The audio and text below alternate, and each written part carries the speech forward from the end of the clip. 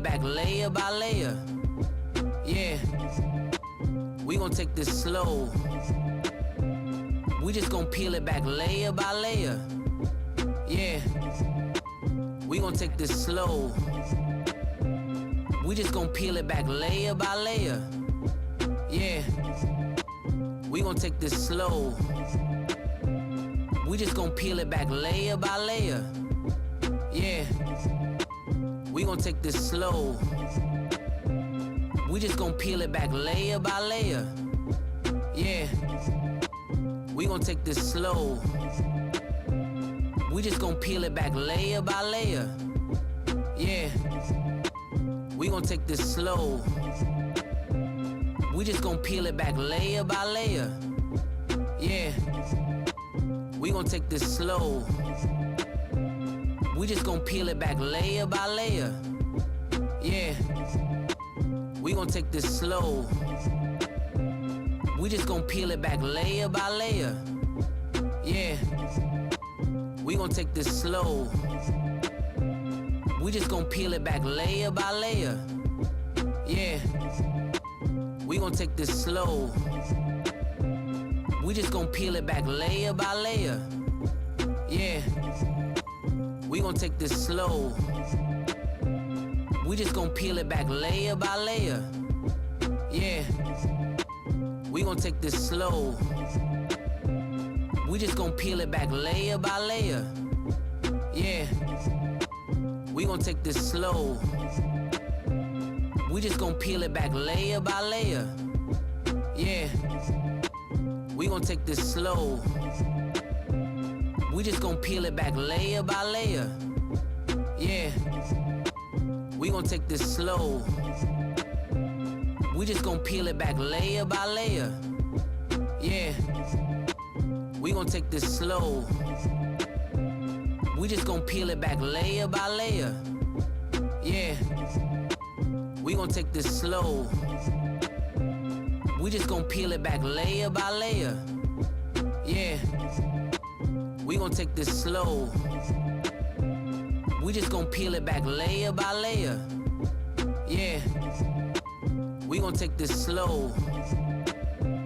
We just gon' peel it back layer by layer. Yeah, we gon' take this slow. We just gon' peel it back layer by layer. Yeah, we gon' take this slow. We just gon' peel it back layer by layer. Yeah, we gon' take this slow. We just gon' peel it back layer by layer. Yeah, we gon' take this slow. We just gon' peel it back layer by layer. Yeah, we gon' take this slow. We just gon' peel it back layer by layer. Yeah, we gon' take this slow. Can you hear me? We just gon' peel it back layer by layer. I can. All right, cool. All right, so we are just live, and I guess we are starting. Well, I think that the way that I organize this is actually by what's it called, alphabetical. So I'm gonna have to look at what the actual order of divisions are. I can walk you through them. Okay. I can walk you through them. Actually, that might be even a good way to like do the hierarchy beforehand. Yeah. Oak. Oak is first. Oak is first. So we are. So okay. So let's go through. So we are looking at Oak of Legorva Janine? Legorva Janine, maybe? Janine? Versus I Infamous don't know. Cupcake. What division's next? After Oak is Obsidian, which is a brand new division that looks cooler than the higher divisions and kind of makes me want to get demoted a little bit. You're gonna have to Because get it's black and demoted a lot of bit. In order to If get I there. if I lose all my games, if I get shut out over and over, I'm pretty sure they'll let me. An admin demotion.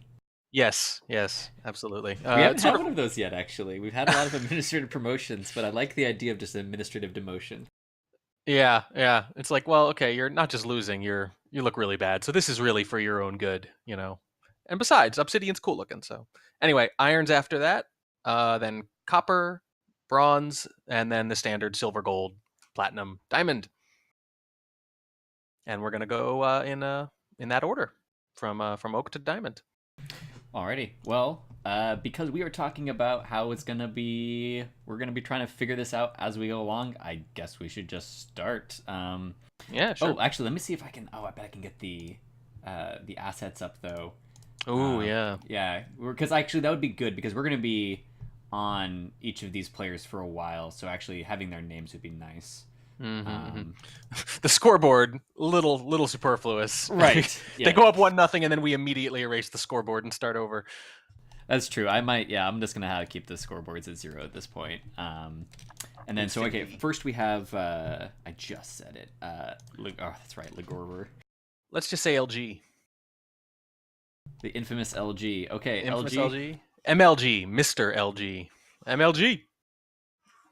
That's what it should be. And infamous Cupcake, which is hard to understand but much easier to pronounce. Do we know their countries? Might as well get that. I know Mr. LG is US. I'm pretty sure Cupcake is as well, but yeah. Which games are you casting? They're asking. One game from each division, curated so that in every case it's either the division leader or one of the people near the top. I think it might be the division leader.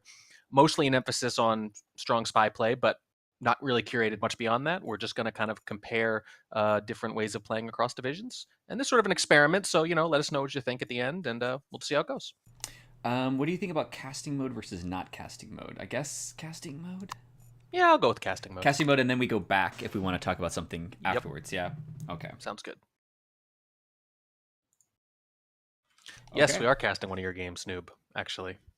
Ooh. Oh, good. Yeah, actually, I didn't even look at what games we were casting for my division because Noob's doing pretty well, so he's in there. Yeah, I picked one of his. Nice. Well, that'll be good research anyway.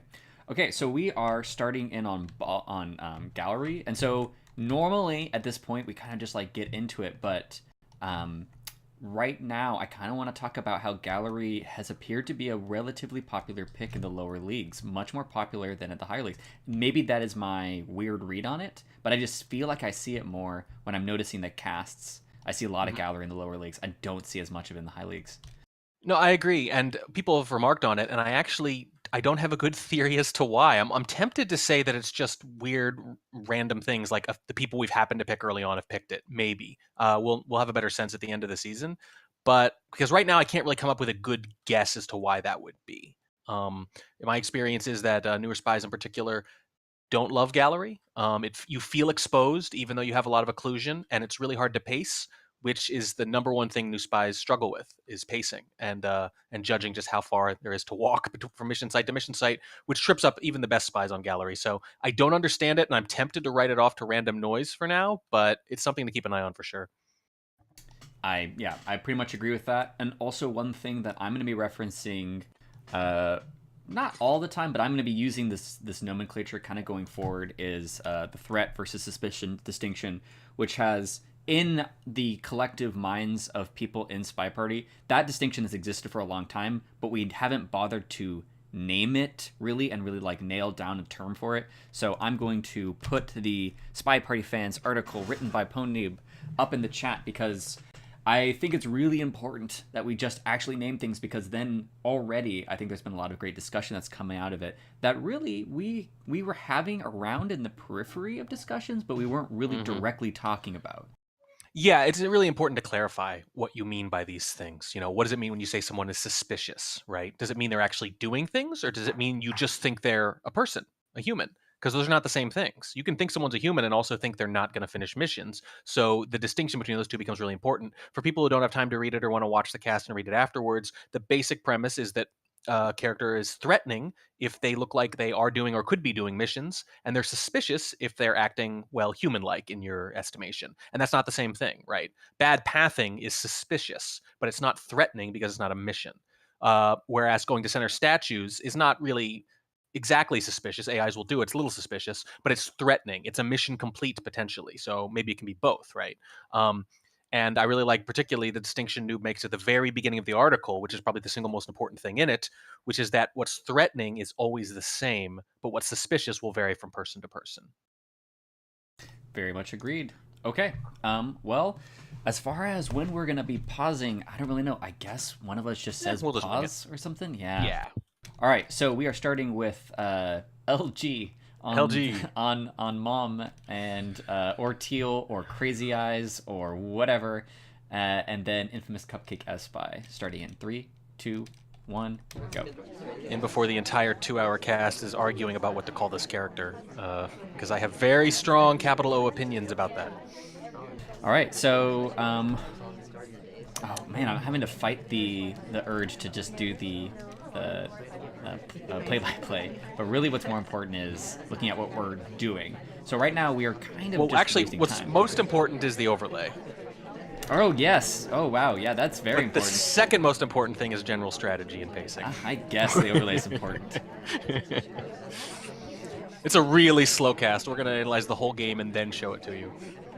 Oh, and I need to actually change it to we are in oak, correct? Bamboo was We are. abolished or whatever, I guess. Cut down. Yes. Machete stuff. We took a machete to bamboo. And there's a low light. Okay, well, Let's I didn't know pause. that when I Yeah. picked it. Yeah, let's All right. pause. All right, so let's look at that for a second. I do actually want to put up the division for a second, and then I might as well choose. Yeah. So this is really standard. I actually would not have picked this game if I'd known. It's really funny to do this right off the bat, but it's still worth analyzing, maybe if not the whole game, certainly this one decision and what the character does afterwards. So at around 3 minutes, Teal, and I insist her name is Teal, starts to go outside on gallery, sees, quote unquote, sees that the conversation is full. AIs will do that. They will make up their mind about whether or not to actually enter the conversation right after that little turn outside a gallery, right? Back in the day, you remember this, and anyone who's been playing, I think, for more than like maybe a year and a half, 2 years, maybe a little longer, remembers that doing this used to be an immediate hardtail. If you stopped outside a pad, maybe there was a couple briefcase things, right? A couple of small exceptions. But basically, if you missed a pad, it was a hardtail, period. They never stopped. It was beeline. You had to keep moving, even if the path was ridiculous, even if you bounced off someone, that's still better than stopping, because stopping is death. And that made pathing really, really scary. It's much less scary now, because now AI will actually do this. They will stop when they approach a conversation and realize it's full for whatever reason. And you can still screw it up, but it actually has made the game feel a lot more strategic as Spy, as opposed to like this high wire act where if you ever bump the key the wrong way, you're just dead, right? Especially because that stuff was easier to see on old art. So now you have the opposite thing here, where AIs will do it, and instead of getting shot for doing a move like this, the character actually gets low lit for mimicking the AI so well. Yes, exactly. And I think that one of the most important things about what you're saying is it shifted the pathing etiquette away from obvious wrong things to subtle wrong things. Because I'm not actually sure that's totally legal the way that it was. But if I am sniper at the time, I don't know enough resources. First of all, I don't have enough etiquette knowledge to parse that out. And I'm also not going to probably spend that much attention on it, because otherwise I'm missing all my other sniper activities. Yeah. And it's not that hard to mimic either, right? I mean, like, that's not, out of all the AI things you can mimic, like crazy bouncing or whatever, right? That's probably one of the easier ones if you really put in an effort. Right. I like, for example, when this is happening, I'm not sure if it's technically legal, because the path, nothing really seemed to have happened when they got out there. There seems to be the I know that Zero talks about sometimes the outer circle range, and it is around there where there's like a larger invisible circle outside of the CC. I'm not going to talk about this one too much because I don't know enough about it, but that's when the AI start making decisions about where they go into the circle. They don't know where they're going to go in the circle until they reach that invisible outer circle. And so there may be something about what LG did that was technically illegal, but like we said before, it's probably not something that this particular sniper is going to focus that much on, unless they're very, very etiquette heavy sniper. Also, that takes a lot of resources. It's not like it used to be where if I saw someone stop outside a conversation, right, it was reflexive, it was automatic. There was almost no circumstance it wouldn't be the case. But now you'd have to really think about why it'd be the case. Right. And it's not just that it's pretty easy to replicate, and that you will see AIs do it in almost any gallery replay you care to look at, which means that if you study gallery at all, if you're studying AI at all, you will notice it. It's not like some weird edge case like on pub or something, right, where you could study a bunch of pub replays and not notice it if you're trying to learn about the AI. If you're trying to learn about the AI and you load up a couple gallery replays, you will see this move. So it's So it's a very risky thing to low light for because it's very reproducible. It's very easy to discover for yourself. And here's the big one for me, it's not like an idling low light where you're like, okay, maybe this is the spy, but they're going to have to rush because they've wasted so much time or something like that, right? They're behind. Their pacing is bad right now. So maybe they'll get away with stuff, but it'll be much harder for them, even if they start doing stuff immediately when I low light them, which they won't be able to guess anyway because idling low lights are not obvious, right? It's not like a green purloin and then you rush outside and maybe you can guess your low light. Idling low lights can happen at any point. So in this case, it doesn't even take very much time to do this. So I would say this is like in basically every respect, the riskiest kind of low light you can give. I would only do this low light if I were studying my opponent in depth and I just saw, wow, they just don't do anything like this. They never fish for low lights with this kind of stuff. Agreed. And I'll probably tie it off before I go too much further, but I do want to say this is one of the reasons why I like parsing out vocabulary, because it's an anti-suspicious low light, not an anti-threat low light. If we're already going to jump into that sort of discussion, because it's zero threat here, right? Exactly, it's zero threat. Well, yeah. Sorry, even more specifically, it's if highlights are suspicion or threat, broadly speaking, obviously there's educations and whatnot, then lowlights are anti-suspicion or anti-threat. Anti-threat would be someone that hangs out in one conversation the entire game, never gets anything done. Anti-threat lowlight versus anti-suspicion lowlight of they just do something in an AI-like way, but it doesn't really cost them much time, which is exactly the situation we're talking about. So that's interesting, because I would say idling in a conversation a long time is sort of both. It's something an AI would theoretically do because they're not in a rush. They're killing time at a party. I agree that it's more low threat than low suspicion, but it is both, right? Because AIs don't care whether or not they're idling or not. Right. I will say that it's a little weird for them to stay in one place. If anything, that's actually a really interesting question. If someone stays in a conversation for like a minute and a half straight, particularly if let's say you've missed a time ad, is that more or less suspicious? Because AIs, again, don't care whether or not they're suspicious. They don't care if they waste time. They don't care about any of that. So does that look more, if you time ad and then someone's in a conversation for like 2 straight minutes, is that more or less suspicious? Because that's what you'd expect the spy to do if they're fishing for a low light or trying not to be noticed. Whereas an AI would, they tend to move around a little more than that. I have so many opinions on this. Like, I There's probably not even an answer, right? Right. Well, no. But the exact topic you're mentioning, what after time ad is being in one conversation and just hanging out there, not suspicious or suspicious, because sometimes there'll be the time ads that are trying to flex up for a low light, where you're trying to earn a low light, and you're also trying to muddle the lowlights that they might give for inactivity, which is great. I think that spies will often maybe overvalue the ability now to idle and fish for a low light, when I think the real value of getting away with a time ad that is caught is nerf the idle low lights. Exactly. You basically take away that from them, and if you're playing into trying to get that idle low light, you've just polluted the water for trying to get those idling lowlights. So you should just lean into it. You know that you've made the entire party a little bit more suspicious, and then just on net, that's the big thing you gain from it. Yeah. Let's say you calculate that a spy's not going to be able to finish on ballroom if they waste a minute and a half in one conversation, right? If you miss a time ad, now you have to bump that up to 2+ minutes, right? If your math is right to begin with, because the 45 seconds are free now, to some degree. So it throws off all that. So in some sense, you should be kind of keeping busy. On the other hand, we also make fun of people for time adding into a rush, because that can seem really silly sometimes, right? You also want to use it. Normally, I think you want to use it, but I think the way you want to use it is in watching the party and making like soft tail progression rather than like, I'm going to time add and then rush a swap or something. Like that's leaning into it too much, maybe. Yes, no, exactly, and obviously we could talk about this forever. Let's keep on going with the game because we are 30 seconds into it. But this is exactly what this is for, though. So totally happy to keep going with it. And I also think it's like there's only going to be so much to say about the rest of this game too, because we're just talking about the general nature of fishing for lowlights, which presumably will not come up again in the same game. But jumping ahead a little bit, I'm actually going to take off casting mode because now with the low light, we kind of want to see what they do with it, right? And I noticed that at around, let's see here, 243, just a really good bug that would be barely visible if they weren't low lit, but is basically completely invisible now that they are. 243? Okay, so... I mean, I'm looking right at it with the low light, and you can't even really see it. It's a pretty good... I think it might be a pretty good bug, even just regardless. Well, obviously with the hand, you can't really tell. But not only that... Weird, funny circumstance is if Cupcake was the type of player that highlight ambassador, a low light on a highlight might be more apparent, but it's low light on low light, and it's impossible. That's a great to catch, point. right? That's a great point. So I've talked to people about this. You know, some people just leave the ambassador alone. Some highlight the ambassador. That's what I normally do. Some people low light them. And I understand the logic of low lighting the ambassador, which is that it actually probably is the single most easy way to catch a bug on the ambassador if it's coming from someone who isn't low lit. So part of it is based on how likely are you with your low lighting strategy to low light the spy. Because if you low light the spy, you're never going to catch that bug now.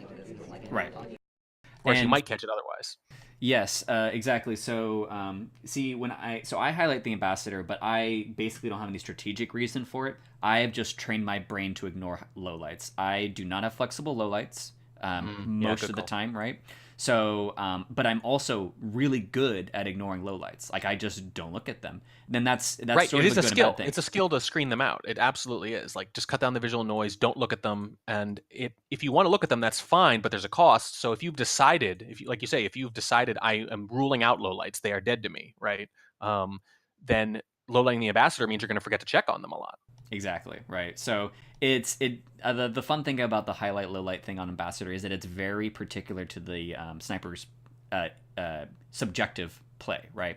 Because I like the idea of low lighting the ambassador because it makes highlights stand out even that much more against the ambassador. And there have been some times where the hand of someone poking through the ambassador is hard to see because the outline of the hand, it's got that white outline that literally kind of bumps up against it. And so and then if like the ambassador's hand is moving, especially this will be like Taft a lot.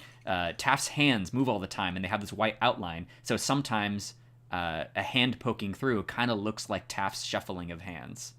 Yeah, absolutely. So I'm just kind of jumping around now because after the bug, they sort of just hang around for a little bit and then purloin. And the funny thing is I can't actually tell whether or not they suspect the low light. I mean, obviously you do that stop at minimum to kind of reduce a little heat and you're hoping maybe you get a low light. But I just think the decision is so interesting because this is the first game. This is Oak, right?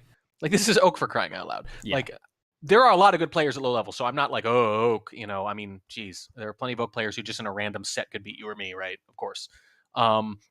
I'm just surprised that they expect this, right? That's the level they're working on, where one player thinks this is worth doing to maybe get a low light, and the other thinks, I agree. Like, not only, I can imagine, like, an under-promoted Oak player, maybe they're one of those players who joins, right? And they play, like, 2,000 games in their first month. We know these people, right? They play way too much during their first season, so by the end of the season, they should clearly be, like, 2 or 3 divisions up.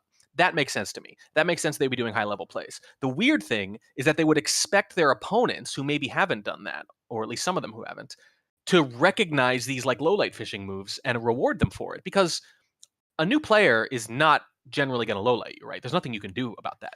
The only way you get a low-light off like a brand new player is a banana split, in my experience. Like they won't do anything else for that part, for the most part. I mean, sometimes brand new players will shoot you for looking at your watch because they don't realize that it's not necessarily a time ad.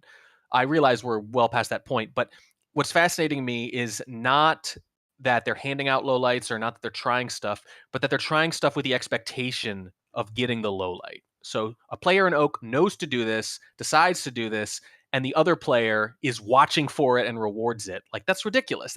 Stop it, you guys. Like stop being so good. This is stupid that they're playing at this meta level in Oak. Yeah, and what's fascinating to me is, and first of all, I totally agree. This is a very interesting game we happen to choose because for more than like 3/4 of the game, the only non-cast low light is the spy. It's the only one. Only Duke gets knocked down to a low light for the same thing, by the way. And actually done pretty similarly. It makes me think that LG actually did a pretty convincing job because it looks nearly the same. Although there is something weird where Papa's spot in that. I'm in the sniper 4-6 spy. 130 is the actual timeline thing. I'm at 130. And then there is some crowding going on at the conversation. What's funny to me is that the most AI like one to me is actually Papa. In a weird way, although maybe it kind of maybe looks like a spy thing, but Papa doesn't get a low light for it. But just like some weird crowding that happens in there where Twin just completely blocks and like slithers in front of Papa Danger. Mm-hmm. So I'm going to jump ahead a little bit to the Purloin because I think that's really the only other thing worth analyzing. And what's crazy to me, so you see Disney's the one who's going to get shot here in the end. We'll just, if you're okay, just jumping ahead. Yeah. He's going to get shot here in the end. And I'm trying to reconstruct why it happens. He's in the conversation on the sniper's clock at 43 seconds. And he's got a drink. And he walks away. And then he drinks a little bit. And then he starts to walk out. And he's out of conversation during the banana bread. The banana bread that's going to distract from the Purloin. So he gets low lit a little while afterwards. He cannot be the spy. They see the Purloin afterwards, and that's when they start to rethink things, bump it back up to a highlight, and shoot him. Which is interesting. Like, he's not a good frame target in any sense of it. But it's just, they're worried. I think what they're worried about is that someone has done a green Purloin or something and then walked outside. Because that's a very common thing on Gallery. Especially with an early green Purloin. I'd say it's less common with a late green Purloin like this. But if you hit an early green Purloin like in the chaos of Gallery, it's very common to walk out front of the statues or something. Because the odds that you'll get a low light if they didn't see the reject are just really high. Because area-based Purloin low lights are super potent on Gallery. People will miss the Purloin sometimes early on, but they'll be very confident like it wasn't anyone outside or it wasn't anyone inside or whatever, right? So if you are out front when they notice the Purloin on Gallery and they didn't see the reject, there's a decent chance you're just going to get low lit. It happens way more than on other maps. So I'm going to take a guess here. I think I know exactly why Disney gets shot. Sniper does not notice the green time until the beeps start being slow. So right at 30 seconds, the green time is still going from before. The beeps are going to start. Good call. And then they look out. They see Disney at the front, and they think that they just had a timeout. Oh, right? That is so okay. So I'm so glad you noticed that. I definitely missed that. But here's why that's super cool, right? Because this actually ties back into what we were just saying. So why are they willing to take someone who's low lit for being out of conversation on a banana bread? Why are they willing to bump them back up for a potential time ad? I'll tell you why. Because as we've already talked about, their lowlights are not hard lowlights. Mm-hmm. They hand them out for soft things. They hand them out for pathing. If they hand them out for pathing, they are actually not confident that any given lowlight is not the spy. So even though Walt was out during conversation, he's a hard lowlight, he gets bumped back up because they obviously can't remember which lowlights are hard or soft for the most part, right? Maybe you'll remember one, maybe you won't, but you're not expecting to. So the fact that their lowlights are soft and hard means that a hard lowlight gets bumped back up and then shot. Yes, and that's the cost. We've talked about this, and I say we, I usually mean the spy party community at large, but also we particularly have talked about this, about the fluidity of lowlights and like how that is such a weird and interesting trade-off where we don't know where people will end up in the future.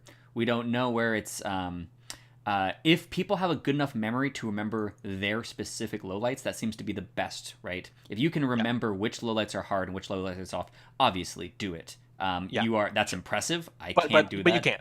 Right, exactly, like, right. I'm like, we're talking about this hypothetical first. Like, if you can do this, it's like, yes, if some hypothetical person could do it, but I'm sorry, nobody can. And even if they could, if your memory's that good, like, I don't understand why you wouldn't focus on other things, right? Like, yeah. So there's just clearly just like a huge trade-off there. And that's actually something I'm probably going to write about soon, just like the distinction between soft lowlights and hard lowlights, and do you use them for memory or not? And if you mix them, aren't you still just remembering and it dilutes the value, blah, blah, blah. But we're seeing clearly, and this is probably something I'll have to make a note of for the article, we're seeing right now like the ripple effect and the downside of handing out lowlights for something other than being out of conversation during banana bread, which is that you can bring a hard lowlight back up and then shoot them. Right. All right, and so the last couple of things I want to talk about, or from this one, I think, unless there's anything else you want to say, is given the fact that we had a bug really early on, our pacing was a bit off in this game. The fact that we had like, it's funny because the green time ad won us the game, basically. Like, the green time ad happened to work out where it created this odd frame suspect in Disney because the beeping started right when they were at Windows, and that's just one of those things. And so what I'm saying is I don't think they should have been in a position where they needed to do the green time ad. It did work out really well randomly, but still, we had that bug, we had that low light. And even if we knew we were low lit, which it's kind of hard to tell because when we got I don't low think light, they knew. Yeah, No. exactly. It was just kind of hovering over the door. Like there was 3 people near the laser. It's kind of hard to tell. But we did not hit the great pacing on this map. And first of all, it's gallery. That happens a lot. Gallery is suspiciously, or sorry, deceptively Threateningly? large. Yeah, threateningly large. Gallery is strangely and deceptively large, and you have to actually spend a lot of time moving around on it. And even though we got an early bug, and we did go to mission sites for all, we spent a little bit too long idling. And one thing I do definitely respect, though, is we did the time ad before we absolutely needed it, which, as it turns out, was absolutely something that Cupcake would have caught, because as soon as the beeping had started, they immediately reacted, or sorry, the slow beeping, that is. They immediately reacted to the time ad. So had we been at Windows, with, like, let's say, even with Walt, it would have narrowed the party down to 2, and all sorts of other bad things would happen. Recognizing the need that you're going to have to time ad early, and you know in yourself that I am not going to finish, I need a time ad before the beeping starts. Big sign. Great. And particularly important on gallery, because like the inside-outside distinction I made about purloin lowlights, the time ad stuff is ridiculously obvious. Oh, yeah. Like, so when you notice a time ad, if your confidence happened even in the last 5 seconds, like, it basically can't be anyone who's not outside or like 30 pixels inside. You know what I mean? Right. Anyone on the back half of the inside, it could not have happened. Honestly, we kind of need a window pad back there or something, because right now it's not like veranda or library where you're like, okay, I've narrowed it down, but there's so many places they could have come from the window just now. So, you know, with gallery, it is so much harder to get away with, which is brutal because, as you said, like, it's deceptively big too. It's threateningly big. So between those two things, that's what I think trips people up on gallery. Is it's hard to pace, and it's so freaking hard to get away with a time ad. It's just so easy to get those lowlights. I'm almost out of things to say here, but the last thing I want to say is that it did take the purloin too. It wasn't just the time ad. The list had to be gone to make them feel like somebody could have finished, because that was the only visible tell of anything happening. So I think the timing here is actually really good. As you could see, you know, LG is pretty close to finishing here. So Cupcake did have to shoot. The question is, in that kind of gut check moment, like, do you think it's one of your suspects? Can you differentiate between the hard and the soft lowlights? And if you don't, you know, game over. Yeah, interesting. And actually, that happens to go with the thing we were talking about before, where time ads are a great example of something suspicious and not threatening. And so it took threat. Yeah. Sorry, go ahead. No, that's it. It took threat. Like, that is the exact thing you were saying. I'm just the time putting ad was into terms. suspicious. Right, the purloin was threat. Without the threat, I think they probably hold that shot, especially because people usually time ad because they're not going to finish. That's the whole point. So people sometimes get jumpy when they see a time ad, and it's like, no. The time ad means they have at least one more thing to do. All right. Well, I think that's it for this game then. Yeah. The last thing I will note is you are correct that LG was pretty close to finishing, but they just harp on the basics. They're close to finishing in 3 different ways, and I would like to, like, the fact we don't get lucky. You're saying you have to criticize a little bit there, right? Because like, there's too much partial progress across these missions. Yes, exactly. Like, and now it's funny because we'll like, sometimes we'll be almost we'll be of 2 minds on criticizing this, because sometimes we'll be like, oh, they left themselves with so many options, you know. Yes. And we'll love that, but also leaving partial progress on a bunch of them. It hurts me a little bit on gallery. I guess basically either you do it to 2, or you focus in on 3. Like, the fact that it has inspect and seduce and fingerprint, and I don't think we needed to really have purloined is basically the thing. Now, of course, both my critiques of we were behind on pacing, so we time added, and we were behind on behind on mission completion, so we purloined, is what caused them to win the game. Right. So it's like, what do I know, kind of a thing, but yeah, still. Well, no, but like, the distinction between process and results is a really important one. And it's something that you need to make if you want to get better, because you will play well and lose, and you will play bad and win. This wasn't playing bad exactly, but when you think about it, if you remove that low light, is this even a good game? Right. I don't know. It's an okay game, maybe. The bug is really good, but the low light is the game. It's the only reason anything works. So I think it's kind of interesting that you can play, 90% of just an average game, maybe. But if that 10% happens up front and it gets you a low light or something, you just win. So, and a lot of unintended consequences happen after that. And that kind of makes sense, because if the spy is low lit and the sniper's trying to make sense of it, it's not, there's going to be like dissonance in their mind. It's like, this doesn't add up. This doesn't make sense. Something is wrong, right? And that alone will cause them to win. So I don't want to devalue it too much, because they're going to take like weird, like I mentioned, weird shots. That's a hard low light getting shot. Why? Because the sniper is trying to hold two contradictory realities in their heads at once, and they have to make a decision. And that honestly is like, that's some high level stuff when you get good at like parsing that out. When you can get to those moments where you're like, you know what? This doesn't make sense. I screwed up somewhere. The spy is low lit. And you have named that previously. I don't know if you've written an article on it. I think you have, though, on that sort of humility of snipers. Yeah. Where you want the to Dunning-Kruger thing. Yeah. Yes, exactly. Where you want to be a humble enough sniper to recognize when you could have been wrong, but you also need to be a bold enough sniper to say, no, I think I've been guarding this pretty well. I trust, right? Right. And it's a balancing act, because if you are too, let's say, too humble, you will take shots you shouldn't, because you are just like, I'm lost, right? When actually you're not. Someone lost. got a buck by me, right? And yes, they did. right. Yeah. So yeah. So well, I know I keep saying this is the last thing I'm going to say, but this is the last thing I'm going to say. But that gives me is a really good point tied to that. So humility is important. Knowing how much you should trust yourself is important. But this is different, right? Like, it's not just a skill thing, like how good am I at catching bugs? If I'm really bad at catching bugs and it really seems like someone's finishing with, like, say, late inspects, and it really fits the kind of narrative of a spy game, so I probably missed a bug and they're finishing, or no, I guarded bugs super well, so they're not done, hold the shot. Those both make sense. In this case, that wasn't the humility. The humility had to be about lowlights and highlights. It was a decision. It wasn't a skill thing. It was so it wasn't really about humility as much. It was more about knowing going into the game that you are mixing hard and soft lowlights and playing differently from the ground up as a result. Because you could totally do that. You just have to play differently in the end game sometimes, right? Than you would if your lowlights are dead to you, like yours are, or like mine usually are too. Mm-hmm. Anyway, Yes. One game, 35 minutes, we're doing fine. Yeah, no, I mean, this is what it's for. And I'm also going to bring up one more thing. Yeah, it's the slow cat. Put on some Barry White. It's slow. It is slow. I'm just going to notice that when we're talking about timeouts before, the funny thing is there actually is nobody goes to Windows in between, even though it takes like a good 30 seconds. There's basically, and actually just overall, only one person checks their watch at Windows, I think, all game, besides the spy. I could be wrong about that. I was just kind of scrolling through it idly before. Yeah. Oh wait, no. One of the twins does it at the corner one. But besides that, it's just Irish, the spy, and actually White doesn't actually check their watch, the thing, but like, they're zoomed in, they can't actually tell. Yeah. Oh, that's a good point too. A lot of people spend a lot of time zoomed in on gallery. That's the only saving grace, is that sometimes they just won't see anyone at Windows because they're not looking. But if you're the kind of sniper who like cares at all, and clearly Cupcake is, given how they reacted to that, then it's totally different. Yeah. Right.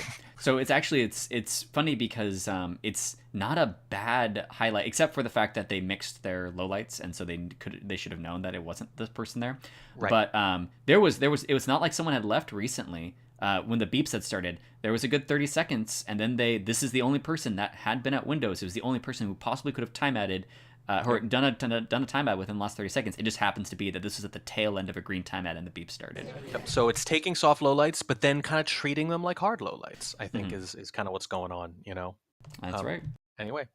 Okay. On to Obsidian. Ascend Beyond as the spy and Silverthorn as the sniper on Courtyard. Sounds good. Between each game, I'm going to turn caster mode back on, and then basically once we think we have a thread on it, I'll just turn it off. Because I just, that way when I click into the games, I won't see the outcome. But not that it really matters in this one. But I will know more than you then in general. Okay. Is that not already true? I was wondering if you were going to, All right, take the bait to insult yourself with it. What are we having? Is it Iron that's next? Obsidian. Obsidian, that's right. See, that's that's the only thing about Obsidian is I can't. It doesn't fit in my hierarchy. Yeah. No. There was a lot of talk about this. You'd actually be amazed at how many criteria have to be satisfied to kind of make these divisions work and work with past divisions and keep woods next to woods and plants next to plants and rock next to rock and metal next to metal. It's a pain in the butt, no doubt about it. I just like to think of it as Cylon division though, because if you take like that red thing and kind of move it up to the middle, it looks like a robot. Yeah. Oh, let me change the names also. So we are now looking at. So first of all, thank you to the SCL players for basically tacitly letting us always cast their games whenever they play competitive games. We and did upload not them. ask permission, but did thank not. you for being so gracious and granting it retroactively. Yes, exactly. So thank you, LG and Infamous Cupcake. Great. First of all, great play. Like the thing is, part of the idea of going up the ladder was supposed to be, like let's have some easy critiques. They've totally sabotaged that. They're doing like this high level meta nonsense in Oak. Like, where do we even go from here? I actually, so I do want to say one more thing. As it turns out, even still, I'm going to pay you a compliment. I'm going to pay Cupcake a compliment. That was a high level mistake. And that's an interesting term, and I totally agree. You're right. Yeah. That's the kind of mistake that pros make. Yes, that's right. Yeah, that is a very impressive mistake. That's an experienced mistake. Yeah. All right. Well, I will now change it over to Ascend Beyond and Silverthorn. Who's the spy? The spy is Rocker. Ascend Beyond. Yeah. Oh, Rocker. Yes. And then who is okay? So Ascend is the spy. Perfect. Okay. So let me get that up on there. Make sure that overlay is up. And yes, we are now in Obsidian. But yes, thank you to the players, and totally agree that they basically sabotaged our plan of slowly building up and like getting our lessons like to stack neatly on each other. Probably by the end of it, when we're in Diamond, it's going to be a bunch of goofy, stupid mistakes, and it's going to be bad. Yep. Okay. All right. So let's go ahead and start playing it. Ascend as Rocker, starting in 3, 2, 1, go. And while we're watching the kind of boring little opening, I'll answer a couple questions in chat. How do we pick these games? Yeah, I picked someone near or at the top of each division, and I generally just looked for games that weren't super quick or like balcony or something, right? Something where it wouldn't be over quickly. There'd be a little bit to analyze. And I kind of gravitated towards effective spy games because those are usually more interesting to analyze. But there are some. They're not all spy wins. There's a good mix in here and a decent mix of venues too. Excellent. All right, so right now we have opened with Flirt into Fingerprint, a little bit of an awkward path at the initial part, but it's not going to matter, I think. Yeah, and just standard statue highlights here. I know it's boring. I really sympathize with people who find it boring and like to go another way. And I think that's fine in a lot of places. I've kind of abandoned it in a few venues myself, or at least mixed it up a little bit. But there are a few places where it just makes a crazy, crazy amount of sense. And I'd say Courtyard is like Exhibit A. Right. I mean, we've talked about this before, but one of the big ones is if a swap goes off, you know exactly the pool of players. It's like ridiculous response, right? And one visit is inspects, and you're going to get like 3 to 4 AI maybe almost every game.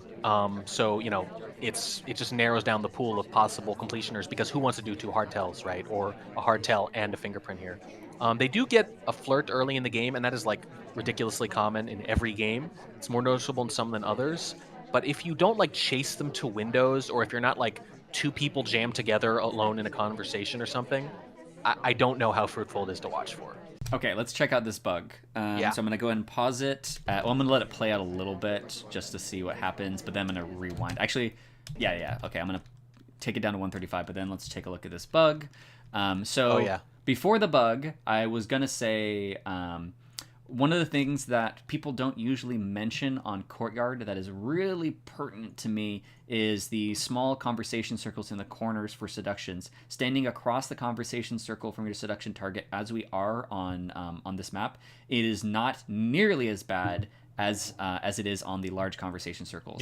It's harder to pair, sort of. I mean, there's fewer people because it's a smaller conversation circle usually, but you are far closer. And even across the conversation circle, we got a nice, decent chunk of seduction, and it doesn't look all that suspicious. I definitely measure seduction in chunks as well. I find that to be the most seductive way to describe romance in chunk form.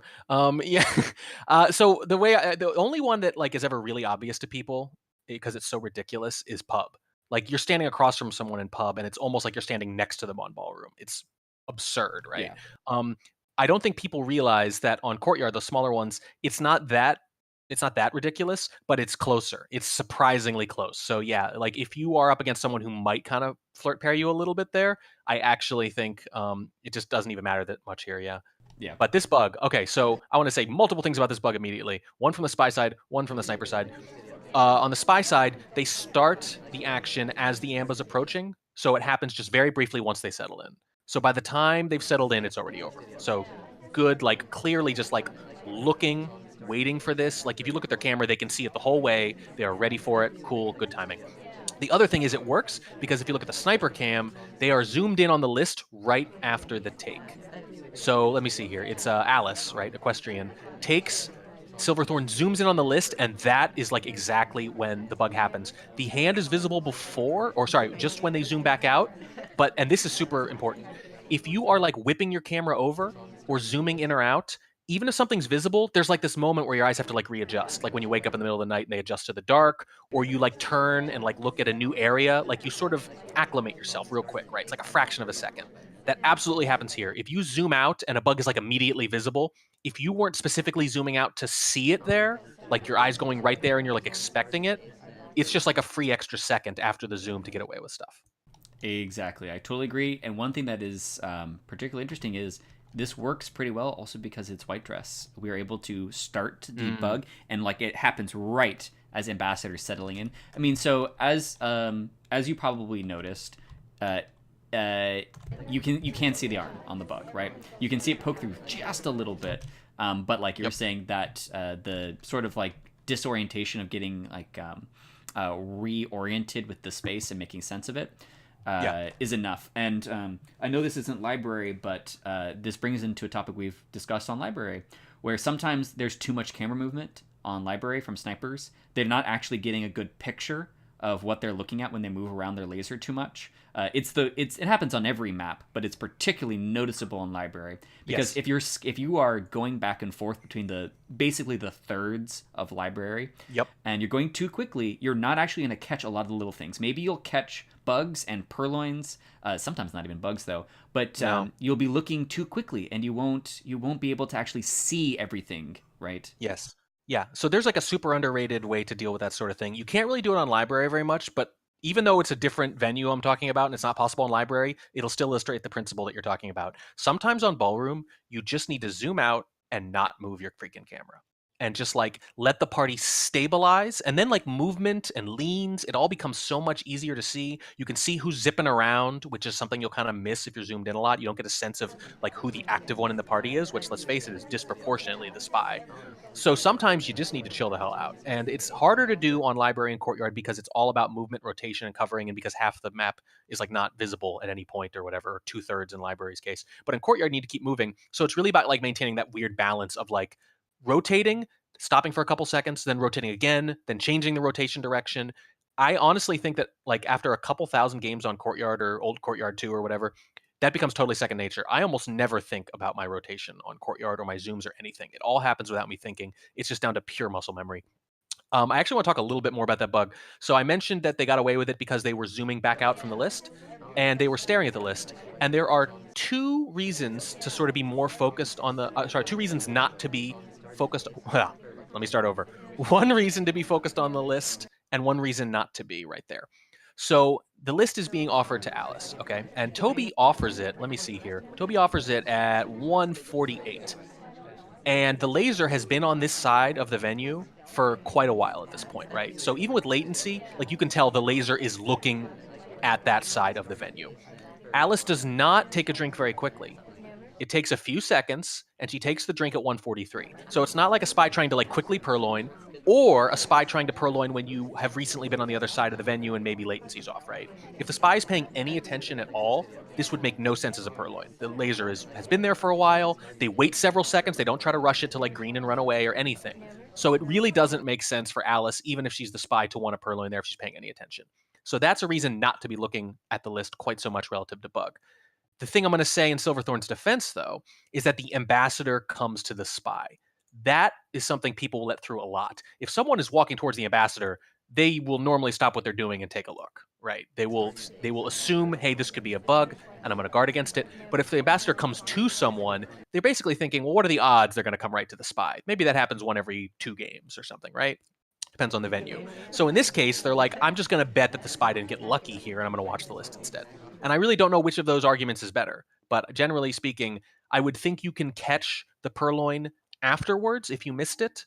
You know, unless there's like a crazy long reject train, you don't necessarily need to see that fade. There's almost 2 minutes left on the clock. You're going to have the party narrowed down. So it's probably more important to guard the bug, all things considered. Right. And even more so, all of the action is on the Turing's right foot side of the map, because we have the only statue visitor. Toby's on that side, Ambassador's on that side. Really, basically everything is on that side. Even the person grabbing the briefcase is coming over to that side. Yeah, there's nothing to look at. There's an SDA over there and nothing else. Like, why would Alice, if she were the spy, try to purloin there? It'd be a terrible move. So that's another thing too, right? Like, you're probably not thinking of that in the moment, but on some deep level, you have to be like assessing your opponent. Would they do this? Would they just do something random and aggressive for no reason, even though it makes no sense? Or are they good enough that they wouldn't? And that has to inform your play too. If you think your opponent's, pretty good and wouldn't make a huge mistake like that, then you don't need to be watching the list as closely right there. But again, I do want to defend them because the ambassador came to the spy, and that's kind of lucky. Yes. Oh yeah, and also to be totally clear, like this is not critiquing the thought process of the sniper. Pretty much, like we have the benefit of slowing down and stopping. The number one way in which I've improved as a sniper is making these things intuitive, making them train. I don't think about it. Like when you said earlier, when you play enough of Courtyard, you don't think about your rotations. It just becomes second nature.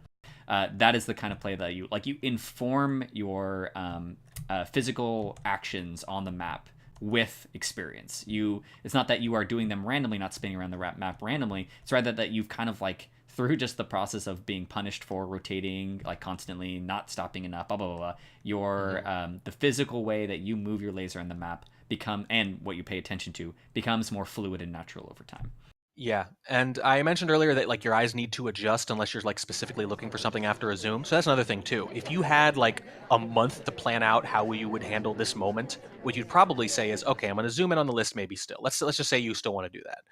But the second I zoom out, I'm going to look right next to that ambassador because that's the only other threat nearby. So, if you had all the time to kind of plan out what you were doing in the moment, that your eyes would be right there and you would see the hand anyway. If you've ever seen like a really good sniper, like on Ballroom or whatever, sometimes the list, the tray will go up, right? And they're looking for a purloin and you'll see them like flash zoom in real quick and then zoom right back out. And they like, as a caster, you can barely see the list yourself. Maybe you can't see it. And you're like, how did they see it?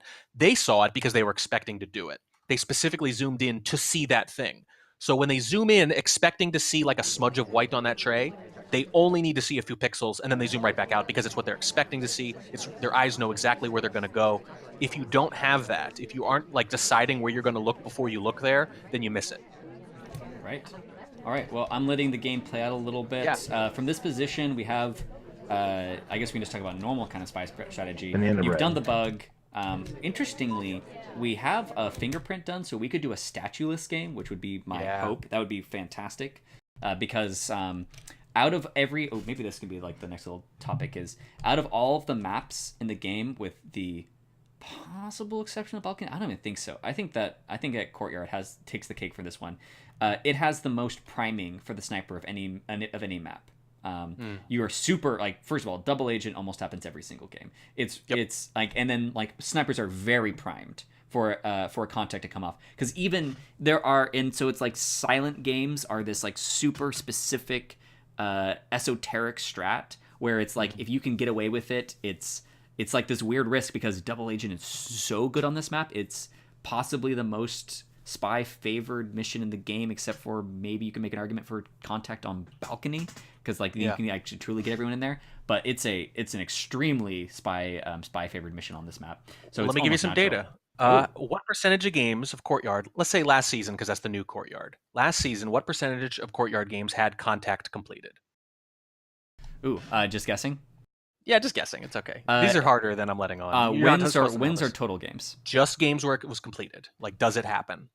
Not a fake, right? Not just here one either, so it has to be completed. 78. 73.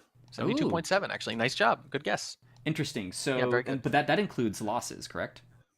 Yes, and it does, but it doesn't include fakes. So you're talking about sniper priming, though, right? You expect to hear that. You expect to not get a silent game at the very least. So, and 73% of the time, you're right. But that's a really important distinction. I'm glad you brought it up. Like, which is more powerful? It's probably going to vary from venue to venue, your answer, but we'll start with Courtyard. Which is more powerful, statueless or silent? And I think statueless on Courtyard, because you can get a good BB almost every time if you're patient. Right, exactly. And also, like, you can muddy the water with fakes, which is the other thing is, I'm just going to say the 5% I was off was including the fakes. I mean, I don't have that data, but that actually sounds Right. close to right. I'll say a little higher, but okay, yeah, maybe. Yeah. But they make a really good decision. So you said earlier, like, okay, so how do we play this now that we have the bug? That is absolutely the question. Like, do you think you were seen, and how will that inform the rest of your decisions? It actually makes a lot of sense to say I really want to avoid either contact or inspect. Because I don't want to make this shot easy for them if they thought they saw it but they're not sure, for example. And if I got away with it, which one is least likely to get me shot by a Hail Mary shot? You know, the humble, I know I'm behind shot, I missed something shot, which, you know, is obviously the case here. And I think they make the right decision. They go contact and they go fingerprint. And that's where that early fingerprint actually enhances the value of the bug. Because if they get the bug done at that point, but they don't have a fingerprint, I don't know if they can finish without statues or without rushing the fingerprint. So that is really what gave them the option. No, this is a again. I'm very happy with the play that we've seen so far, and really, I'll be upfront. I thought it was gonna be not as good as this, and this makes me afraid for my future in the game. This is actually bad because we really wanted to like contrast these divisions more, and we're just seeing good spy party play is all that's happening. I'm sure there are going to be some contrasts, and actually, I didn't realize this until we were already about to start. But I think what I'd like to do in one of these future casts, assuming everyone likes it enough, is specifically take one venue across the divisions and see how people play that specific venue. So that's something to look out for next time, maybe. Oh, hey, I love that idea because also it would just literally improve my play a lot. I hope we do one on. I hope we do one on Tan. I have already gotten burned for like I just don't know how to play this map. I'm gonna get burned again for an Aquarium. I actually avoided a lot of Tan in this set because sometimes it's just going to be, well, they went to center statues and the bug was invisible, so what are you going to do? But we are going to get into more advanced Tan stuff, I think, especially after this season's over when we have a little more data. But to sum up this game real quick, so we go to the first game, and specifically it's like an okay spy game that's won because of the low light, right? Mm. In this one, the spy actually plays a great game, and the sniper really only misses one thing. They have that little decision, that little split-second decision about whether or not to focus on Purloin or Bug. They don't quite adjust quite right. That happens to be the exact moment the spy takes advantage, and then they just play a clean game after. Like, this is literally one tiny mistake from Silverthorn, and it costs them the game because Ascend Beyond does not make any mistakes, basically. Right. And you have to live with that, right? Like, you lose to a perfect game because you played 95% of a perfect game. I'm exaggerating with perfect, but you get the idea, right? Right. And because like sometimes you'll see this where there's no shot. Banana Bread went off. There wasn't even close to looking like there was a shot anywhere else. Silverthorn felt like they had a pretty good guard on Bug, and like you're saying, they were confident that no one was done apparently. And they were correct that nobody else would have been done. It was just the one Bug that they missed, and well played out from there. I don't have anything else really for this one, but just only 20 minutes on that one. Okay, all right. I guess we can skimp a little. I would say that if I was replay sniping this game, I might have lost it. Right? Yeah. It will totally come down to whether or not you're camping Bug effectively enough. Right. Because if you are not, and if you happen to miss even just that one moment, yes, you would probably lose it too. Right. All right. Well, very nice, clean spy win, and good play from both sides. And then we are going to moving on to what's up next? Is Iron now? Is it Bronze? It's Iron, and it's Magic Doer as the spy against Renmilia as the sniper.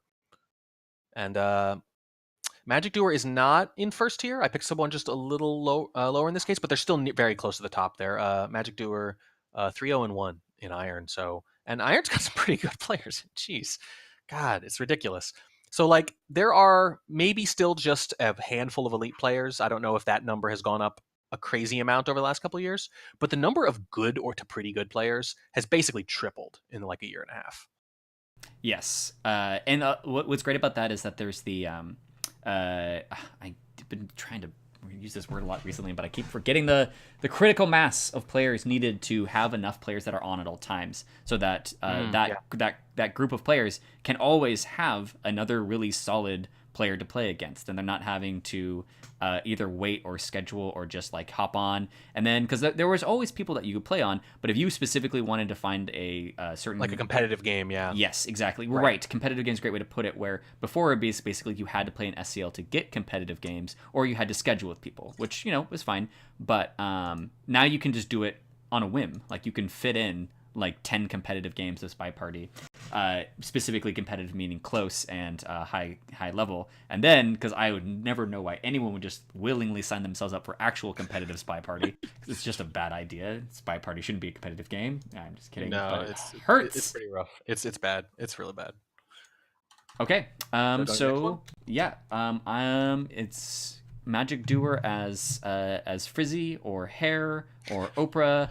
So many names for so many of these. I liked when you went with Equestrian for Alice, which is gonna mess with my I memories. never call her Equestrian. I always call her Alice in my head. I almost always do it on cast, but I have laid out ground rules, whatever, for what these names should be. And my argument is that you should be able to tell who I'm talking about if you've never seen this before and never heard of any of these nicknames. And I think that's a really good rule. For Hair, you can mostly get it. Red Dress is the safest. Alice is not good. It's just not a good choice by those standards. It's the one place where I have just total cognitive dissonance, though. I acknowledge it's not a good name, but I can't stop using it because every other name is kind of crappy. But Hair's pretty good. Hair is pretty good. It also, we are honoring the work of Simino for all of the effort put into all of the polygons present in Hair. What was it, 30,000, I think they said in her hair? It's like more than some entire characters or as many as some. It's something absurd like that. I wonder if there's more polygons in Hair than in Alice, because that might cause some strife, you know? Yeah, Anyway. maybe. Okay, so I guess we'll just go ahead and get started and see how this goes, starting in 3, 2, 1, go. Yeah, so for people who don't know, the reason that's a joke is because Equestrian / Alice is based on the artist's girlfriend. Hence why we call her Alice. Oh, okay. Yes. We start with an immediate white time ad. Yep, and a bail because now if that's a green, they maybe hang out there a little bit, right? But if it's a white, you're like, well, crap, I gotta get out of here. And it's library, so you really might get away with it.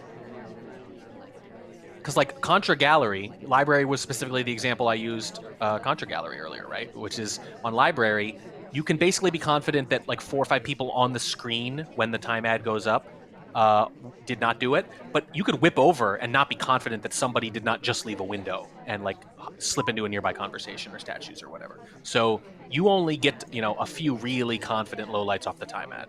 Right, you have to basically Even see if you catch statues or books or far side of conversations or something. And that's if you 100% catch the time ad. If it happens off screen, you can only get a few lowlights with total confidence. The rest are like really risky. And it's interesting because library is an interesting map because it's one of the maps I actually feel like doesn't need as much time. Like gallery, you really, really need time. Library does have another mission, but it actually feels like you can pace it out pretty well. It's one of the maps that is the most time addable, and also one of the ones that needs time adds the least, in my opinion. Like contrary to like Modern. Modern catching time adds is far easier. Yes. But you need it more. Right, exactly right. Now, again, there have been some time ad bumps to all these venues recently for competitive, which changes a little bit. But I agree, library is actually kind of compact relative to how much is going on. It's more just about the movement, though. You can be a busy little bee on library and not get caught, right? It doesn't stand out. If you're the only one zipping around ballroom, like if they are zoomed out, like I talked about, you could sometimes just shoot whoever walked the most steps, and it's the spy pretty often. That's not necessarily going to be the case in library, and it's also just harder to know who that is. So I'm going to go ahead and pause at the green purloin start, which was about 3:15. Yep, I'm there.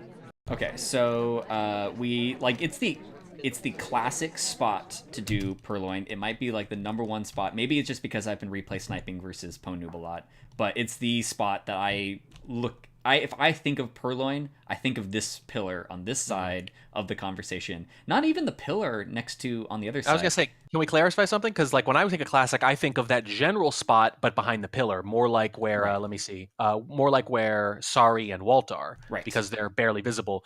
They're near that spot, but that spot was taken, so they're next to that spot, right? They're in the iron spot. Where this is Iron's version of the pillar purloin. They're an Iron. They don't know to stand directly behind the pillar. They're so dumb. They stand almost next to the pillar. No, of course they probably would stand there if they could, right? But it wasn't available, so let's just do it anyway. Right, and so we get the green off, but it's also one of the great things about the pillar is not only do we get the green off, but it might be unclear about who was being offered at the time. If it was orange Great or Hair or maybe even Walt, it's probably the way the body's pointed. you can parse it out in the fact that obviously Orange Dress is about to purloin it. In fact, Yeah, so that's what's crazy sometimes. Sometimes you'll see a reject, and this is like way worse on like Library. It's easier on certain places. Like you can always figure it out on Courtyard if you rotate enough, but you actually have to rotate like counterintuitively, and you have to break up that like muscle memory rotation thing I was talking about just to see who was like offered the drink. On Library, imagine that Toby offers to that cluster of 3 people, right? And the pillar is also blocking 2 of them, and then Toby goes to another conversation. How confident are you that it was one rather than the other? Like you Right. basically have to treat it like a 3-person reject chain unless Toby offers to the next person. And if he even starts to offer to the next person before they leave, you can go, okay, clearly it was someone to the left of that person, right? It narrows it down for you. But that's it. Yeah, and it makes what happens ambiguous about what would be better. Because one thing is, it's kind of awesome to get green and for Toby to ditch out, because then Toby's going off him, but they'll get a clear look at the purloin. But now Orange Dress purloins behind the pillar. Yes, exactly right. And like, and she's in the more suspicious spot too. Yes, and so we do see that there's a reaction immediately. So when Walt takes, it looks like it's Magic Doer? No, Renmilla does notice the list is gone before Ryan Disney. So many words, 2 names. Oh, actually no, because Right. he gets But that- highlighted. but- So Well, that might just be an uncertainty thing. Like, I'm not positive, but you're right. They are like clearly waiting for that. They're like, is this a purloin? This feels like a purloin. They were actually really on it. And that's actually a testament to how good and powerful that purloin is because, again, there's a bunch of people there and you feel like it could be any of them. So even though Renmilia is like staring this down, they can't get a good look until it's a little bit later and they don't get to narrow it down that much. And it's like through no fault of their own. It's just good spy timing. yes, and I actually want to see where the offer came from before. So it wasn't actually kind of a significant reject chain where there was. I don't think Teal would have been able to reject. So Double Agent takes, and I don't think technically Teal would have had enough time to reject. But then Toby comes from out of nowhere. But if we're not tracking the rejects, Toby has come from a different side of the map, and it's really hard to tell who would have been there before. So it's going to mess with our ability to backtrack that purloin quite a bit. Yeah, and so what's funny too is that Magic Doer runs off after the green, hangs out by the ambassador, and while they're sort of reacting to the list, they wrong arm bug on the way out and go back to the same spot, which is kind of interesting. But by the time they get back there, Orange Sari is sitting there with a drink behind the pillar. And when the BB goes off, it knocks out Walt Disney, Andrew Ryan, whatever. So now it could just be Sari or Hare if they're on it completely. And in the meantime, Hare has gotten the bug off. And by the way, interrupts their own talk to do the BB. Very interesting. Yes, and also what's interesting is I don't actually think of this as often, but the post purloin scramble to do the lowlights actually is pretty good cover for things like bugs. Where like also like an almost like smug moment where it's like the person's going around lowlighting everybody except for the swappers, right? Yeah, they actually right. might be so excited about the lowlights that you could probably get something off in there. This is another thing I'm going to write about at some point because this is super interesting. People I don't think they consciously think this way, but on some deep level, they know it. Banana breads are offers. It is the spy offering a trade to the sniper. I'm going to put this in article form because I think it's a really interesting way to look at it. They're basically saying, I will trade you these lowlights for the mission plus maybe something I will do in its wake. So if you actually want to cover a purloin or a bug, a bad banana bread is better for your purposes because they're going to see those lowlights in that snapshot. They're not going to have like a perfect view of here are the 12 people who are out, right? If you do a bad BB on Modern or Library or something.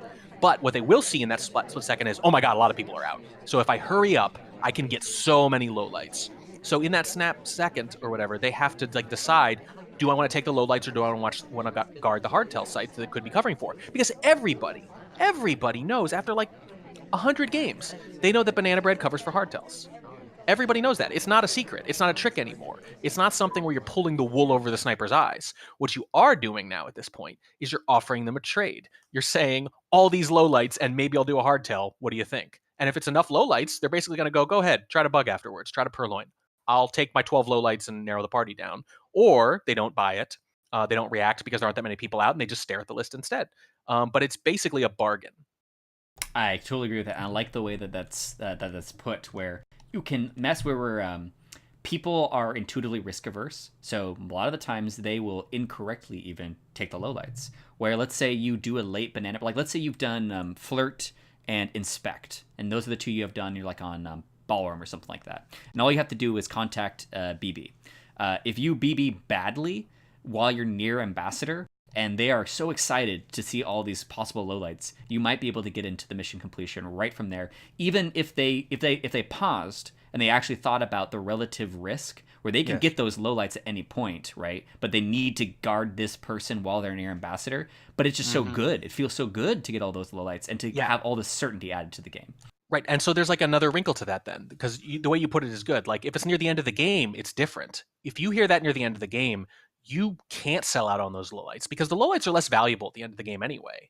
Because there's not going to be that much happening, and if it covers for the final mission, you lose. The fact that this happens earlier, or if it happens earlier at least, that makes the bargain even better. Giving someone a lot of lowlights early in the game that they can use to like really whittle things down and focus, that's irresistible. So sometimes, this has happened to me multiple times recently, I have seen a bad banana bread like in the first 30 seconds of ballroom, and I've thought, no way. I'm sorry, that is a misclick, or they are up to something. Nobody would take this otherwise this early in the game. It's too good to be true, right? So either they made a mistake, like a technical execution mistake, or they are covering for something, or already trying to frame someone, or something ridiculous, but something is up. And actually, this was clarified for me, the kind of the whole bargain thing. In a game I played against Dowsy, we played a game on pub, and he was Alice / equestrian / people are saying ponytail, which I like because it has pony in it, so it fits the equestrian theme. Ooh. So let's go with ponytail for now. He like did a terrible BB in the front conversation of pub, and then just like zipped inside and bugged real quick. And it's a super obvious bug, and I didn't see it at all because I was getting my 6 early lowlights on pub, and I was just like a kid in a candy store just trying to pick them all up. And the bug was just free. And I thought, I don't even know if I would play that differently, because that was a really good deal. He offered me such a good trade, and I took it. Yeah, that's good. Where the you do have to maybe like walk the line between. I like the phrase of too good to be true, where you actually like kind of like underreact to it because it's like, wait a second, this is actually too good. It activates your trap senses. One thing I will just note at the end of this game is because we have finished. We are on the suspect with Renmilla because Renmilla is looking really closely at the swap, and then Magic Doer actually leaves very quickly to show too quick. Right yes. to show the statue is not changed. That's my favorite thing. Like, so you want to show them because you're not swapping at the end, and you don't want them to shoot just out of jitteriness or whatever, or because the swap could happen. So you kind of leave a little too early, which is simultaneously more and less suspicious. Right. Because there's no swap, so don't shoot me. But I left really quick, so isn't that kind of spy-like? But it really just shows that the bug is actually in some ways more significant than the purloin. The bug that happens in the wake of the purloin is what throws off the mission count, and it's why they think they need the swap to win, and if they don't swap, I can hold. They don't need the swap because they got the bug. So the inspect is the end of it. Right. So the bug that happens in the wake of the purloin is actually more significant than the purloin itself. Yes, and that's a very interesting way to put it. Also, with the leaving early, you are you are trading suspicion for the reveal of non-threat, basically. Which you'll take, because you only need to kill 5 more seconds. So exactly. Are they really going to go, you left kind of quick and there was no swap, and the game's over? Right, because actually leaving really quickly might think, oh, there's a green swap coming, because they're trying to get out of there, and they're being primed for a green swap to happen. But entirely correct that the bug going on in is the significant factor, where there are some games where you want to be the spy who is never seen doing anything and you win. You want to be the spy that gets someone else shot because you framed. But sometimes you want to end as the suspect that they were going back and forth on, but they wanted one more piece of information before they shot. You have to be okay winning like that, especially as you advance, because more and more you're going to win as the top suspect. Mm-hmm. You know, you're not going to win clean very often. There are not many spies that do that at the highest levels. KCM's the only one who does it with any regularity anymore, I think. But I also want to point out that this kind of followed the same pattern as the earlier one. They were watching the purloin when the bug happened, and in both cases it won the game. Oh, yeah, that's interesting. Right. Yeah, and it makes sense because purloin leaves a trace and bug doesn't. So purloin, in a way, covers for bug because the sniper has a reason to look at that kind of later, whereas bug is this transient, ephemeral thing. It's kind of like they say what people like a lot of live theater is that no two performances are the same. Like it just happens and then it's gone forever, unlike a movie or whatever, which is like frozen in time. That's bug. you either see the bug as it's happening or it is gone forever. And if you miss it, you pretty much just lose if the spy's really good, and the spies have been really good here.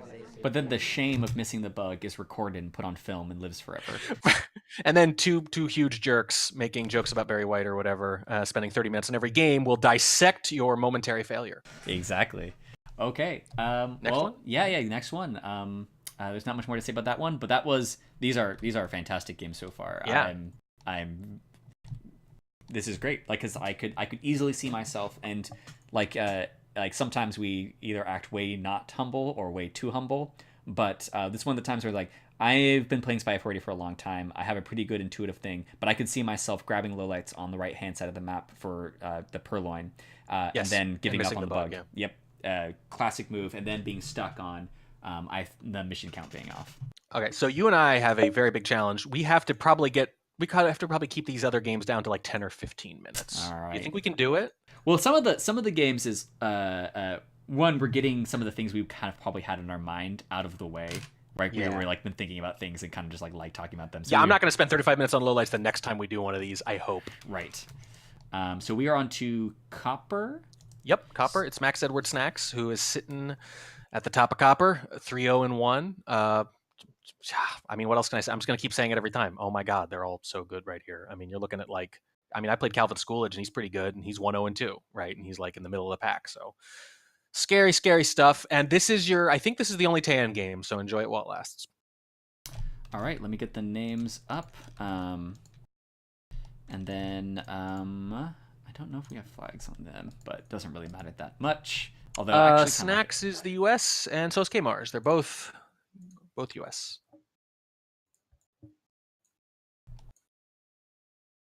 Okay. And then Spy is small. Ooh, okay. Yeah. By the way, I don't think we're stepping on any of the. Actually, I should probably check what tomorrow's schedule is. Yeah, I don't think we're stepping on any of the games tomorrow that are going to be cast. But if they are, we will step on one at worst. So Right. it won't be too bad. Yeah, I don't think we would be. And then also we won't be mentioning the scores of what the overall game is. So you'd only have one piece. Hopefully it's not the deciding game. All these matches are 1-0 as far as you're concerned. One thing I will say about this this tool, this amazing tool that Kletos or someone else developed, Smallman isn't called Smallman. He's called Penguin. And I always miss him. Penguin is old art, Buckswaggle, you not Smallman. No. It's hard to remember. It's Smallman. I agree. Don Vito, I always thought was pretty good because he looks like a Mafia Don and like Danny DeVito. So that's pretty clever. But come on, it's Smallman now. Like, it doesn't matter if that's the best or not. You can argue about it, but it's academic. Smallman wins in all senses of the word. Okay, so I guess let's just hop into it. So one thing we should mention right before we start is that there's the classic. Basically, we don't know how cheesy this is going to be because we have no idea. There's been even theory crafting because there actually has been more theory crafting than actual play. Because I'll totally admit sometimes I feel weird about picking Smallman on Tan or on other maps where even as far as a suspicion thing, but it's sometimes you can get away with a win on Taeyin theoretically where they could have never ever shot you. But we talk about that sometimes. My opinion is that it is always possible or almost always possible to shoot, but it can be so hard that the question is still sort of fair because it's really a balance question, right? Does this need to be changed? I actually think that if people were super cheesy and practice at it a ton, they would sort of break it a little bit. And that hasn't really happened, thank goodness. And things still have to line up a little bit. But I do think we're going to have a game where it basically feels like the sniper can't win.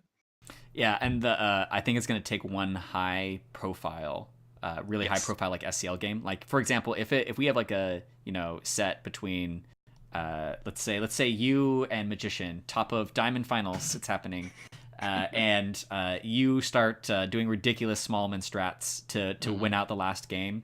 And then the community of hate comes down on you for being. Yeah, he spends 15 seconds trying to shoot me at the end through the whole countdown and then some, and just can't even line up a shot at the back of Taeyin. It's how bad would that feel, right? Would that be satisfying for anybody? Would that feel like a competitive esports game?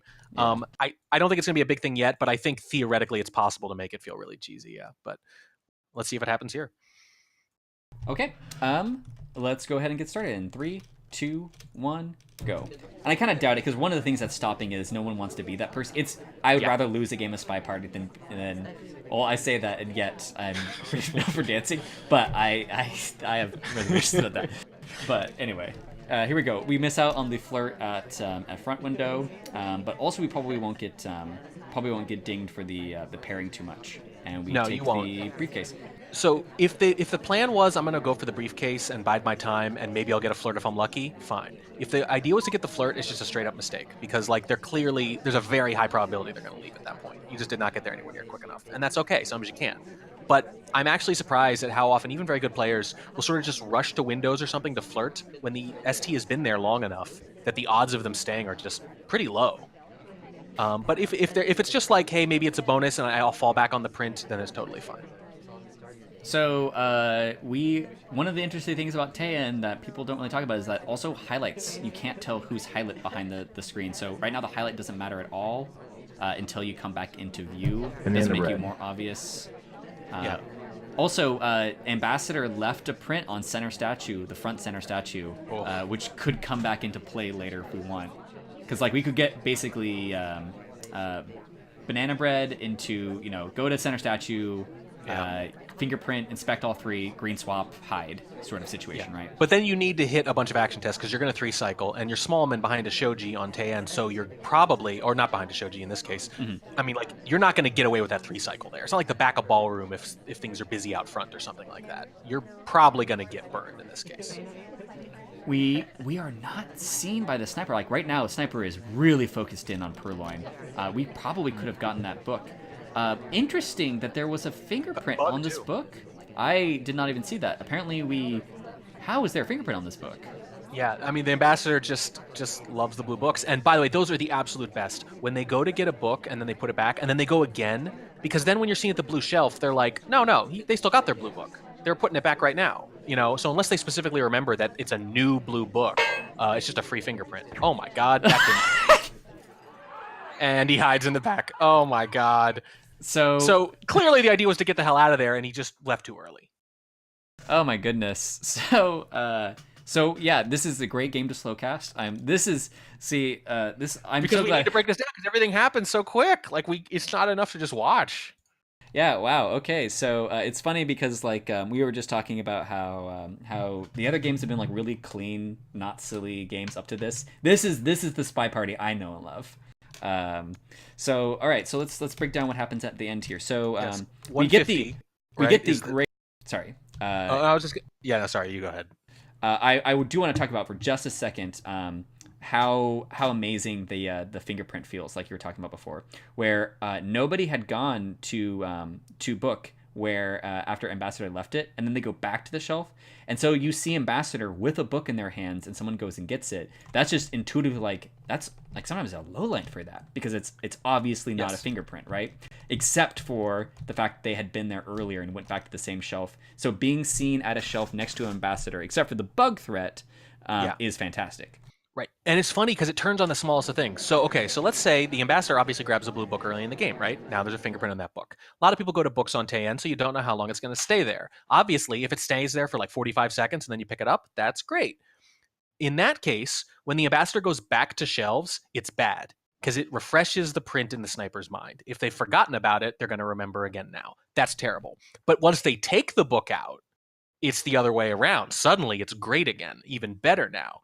Because now it's like, they stole the book with them. So on one hand, you're like, crap, they went back to shelves. And it's like, well, they took the book with them. So this is actually almost free now if they're not paying a lot of attention to fingerprint. Right. So that was just like a cool small thing. And now let's go ahead and go on to the bug. So we've completed contact and fingerprint. And we have a pretty visible bug even behind the Soji. Yeah, it's not a great bug.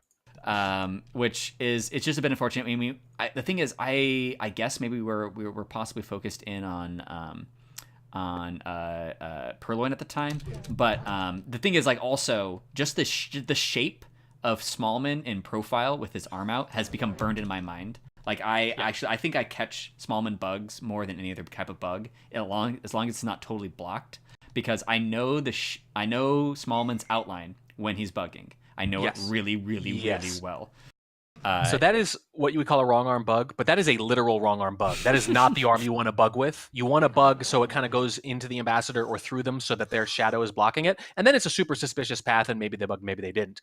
You do not want a wrong arm bug there. It is wrong. What I find super interesting is that exactly when the bug happens, the sniper's camera twitches down into the left. Just like real quick. Like they are like readjusting kind of like what they're looking at. Maybe they're reacting to the list moving around. I don't know what it is, but they move their camera like right as the bug happens, which shows that their eyes are moving. Right, and I think they might even be trying to highlight Smallman, but they're already highlight, but you can't tell because it's behind Soji. And so then we're in the situation where we pick up Statue, right? And we must have wanted a green. And then we have all the things that happen there. Now, first of all, the statue's changing is pretty obvious, right? We're right next to it. And then we have the clank. I'm trying to figure out if we are actually bailing to if we knew we were going to clank and we were trying to bail to the back. I don't think so. I don't think so. I mean, I just don't see why you would. You clank when it's like the end of the game and they have no time to react, I think. Yeah, I don't know. I think the plan was to green. When they did, they just sort of panicked. Right. But it didn't even matter. Like, they try to line... I mean, like, the sniper is staring at it, and they see the swap, and they're waiting for it, and all this other stuff, and they can't even... Yeah, they can't even do it. So it's just so hard. I agree that we wanted the green, and then we did panic, because the other thing is we started... If we were going to clink, we didn't even need to put it down, right? We could have just run away. You don't need to go through part of the animation. Exactly. They start to put it down, right? So, like, why would you clank if you were starting to do that? Right. And then we are trying to get to the conversation where we can't be seen. And the thing is, it's funny because we missed the shot, but we had to hit the shot in that window of time. If we did not hit the shot while he was going between Carlos, General, and that conversation, let me go. Actually, I can even check this. I'm gonna go to interactive sniper cam and look where he ends up. I don't know if you can get that shot in 6 seconds. It's really, really hard. I don't even know if you can get an angle, really. Like, you'd have to shoot between the armpit of Papa and Seek and that kind of stuff. So it was correct to take the shot quickly in that timing because you weren't going to have another good chance at it. Yeah, so this is actually where you need to be kind of ahead of the curve. So, like, he walks away, right? Because of the way aiming works in Spy Party, you can lock onto someone and just hold your camera there, and they'll walk off screen and you can still shoot them because they're the last person you locked onto.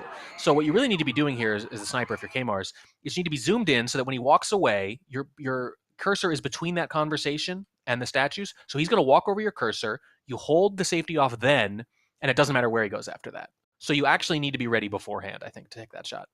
Yes, and that's a great piece of advice, first of all, because there's the spot that you know that they're going to go into. They're not going to stay near the statue because they only have one piece of cover. And it is, unfortunately, a great piece of advice to stop dancers, because that's what, back in the day when I was able to do more dancing before we were actually good at catching dancings, is... just, like, don't overreact to it. Yes, exactly. Keep your laser in one position. Like, one of my favorite all-time memories was doing that versus KCM, and he was bouncing back and forth on the other side of someone's head, right? Where, like, because he wasn't just waiting for me, it's like chasing someone around a tree, right?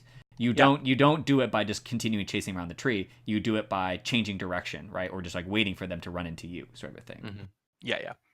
I don't really have anything else to say about that one. Just, that's a useful little mechanic. And I think next is Bronze, right? Turnip Boy and Mr. Rogers. Yeah, and that was a fun game, at least to break up, where all the other games were just a little. They were too clean, too good, feeling a little bit better. Yeah, we needed a little Smallman mess to clean up the cleanliness, just cleanse the palate. Really, just a nice sloppy Tayan game. Yeah, we're probably not going to get that here, though. I actually don't know. I deliberately picked High Rise to kind of mix it up here, because it's like it explores a completely different side of the game. Okay, so we have Turnip Boy versus Mr. Rogers. Mm-hmm. Mr. Rogers is USA, I want to say. Yep. Turnip Boy as well. Met both of them at PAX. Actually, Turnip Boy gave us a little ride in his car back from the convention center at one point. Ooh, I don't remember. The thing is, like, there have been so many, like, the additional players that come out each year. Has been fantastic. It's hard to keep track of. I feel really bad because I loved meeting them all, but every once in a while I will hear that they're at the booth. I'm like, I don't remember which one, but I remember there's a bunch of new people. The house too, yeah. He was a taller fellow. Oh, I think I do remember this person now. Okay. Yes. And also like I mean like the community is so not used to faces that Yeesh was able to sneak in and do the hidden game versus Bacon because people didn't know what he looked like, and that was wonderful. Yeah, that was a lot of fun. For those who don't know, Yeesh showed up at the booth, just said like, "Hey, can I try this game?" and decided to play Bacon on Tayen, and actually I think managed to win both games, and then said, "Oh, well, I'm Yeesh." And he went, "Oh, okay, fair enough, fair enough." There have been a couple little jokes like that here and there. My favorite of all time, I won't digress too much longer. No one knew what cameraman looked like. So he comes in, and I forget who it was he was asking, but he was asking someone at the booth. He's like, explain the game to me. And he lets them go through their whole spiel. This is cameraman. He's already got like 2,000 games or something at this point. And it's Hummus. Okay. So he's letting Hummus spend like 5 minutes talking about this game, trying to sell him on it. And cameraman goes, oh, that sounds really cool. Okay, well, I do have one question though. And he goes, oh, yeah, no, I'll answer any question you want. He goes, why wouldn't I just shoot orange dress every time? And the look on Hummus's face, apparently, it dawns on him that he's just been trolled. Like, I don't know who this is, but it's clearly somebody who's just wasted 5 minutes of my time and my precious voice, which is already scratchy at this point. And of course, it's cameraman. It's just perfect. It's the best troll we've had yet. Right, because you're actually because the exact thing that I was thinking about was the voice trolling at that point, because it actually matters, because you've been spending the last few days, and like it's real that your voice gets loud because or it gets raspy, because the convention center is pretty loud. We're actually pretty lucky in the corner we're at. It's actually one of the quieter spots next to the Behemoth booth, but it is still super loud, and so you are talking and you have to be emphatic and whatnot. And so you also don't want to like leaning in and whispering in their ear basically how to play Spy Party. So you're talking pretty loudly and you're doing it pretty much nonstop. Yeah, it's really rough. I took off every other day last time and it still killed me. By the end, I think my second ever day and my first ever year, at some point I like went to say something and just nothing came out. I was like, okay, I guess I'm going to have to rethink how I do this. Maybe I can learn sign language on the fly. I don't know. And to bring this story back into the current set, so first of all, I don't think it was in bad taste, Ish. I loved you playing versus Bacon, and I think that he took to it fine. I mean, I appreciate that he says that, because I know, we don't want to make anyone feel silly, right? Even briefly. Bacon, of course, very good sport about it, and it wasn't. He didn't draw it out at all either. But I appreciate him saying that all the same, because we're not about like actually trying to embarrass anyone or trick anyone or anything. In this case, it was just meant to be a little good fun. Right. But then one of the players in this game was also at PAX and challenged my co-caster here to an anonymous game of Spy Party in a horse mask, I believe. Yes. So for people who don't know, here's a little bit of context. Is every year, at least over the last few years, and probably in perpetuity now, because now I've locked myself into it, I bring shirts for everybody. I make up some kind of Spy Party themed shirt, and I bring them for all the people there and give them away because it's fun. Someone showed up at the booth wearing a rubber horse mask and like a purple shirt and a black vest, like really over the top. And they just stand near the booth and just point at me. Like a guy in a horse mask is just pointing at me over and over, not saying anything. And eventually we're like asking him questions like, what do you want? Oh, you want to play me? And he just nods his horse head, and it flaps around and everything. So we wait a little while, wait for a little opening. We play 2 games on Ballroom. I win both of them. And then he like puts his horse head like falls, like in shame. And then he unbuttons the vest and the shirt, and underneath is one of the Spy Party shirts I made, revealing that he is not just a random person, but indeed Mr. Rogers. It was very, very funny. I took pictures and everything. Yes, indeed.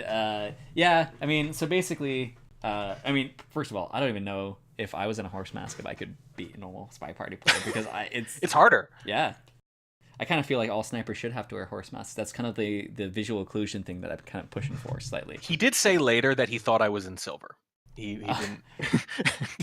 when someone said, "Hey, he just won platinum. He's going to diamond next season." He went, "What?"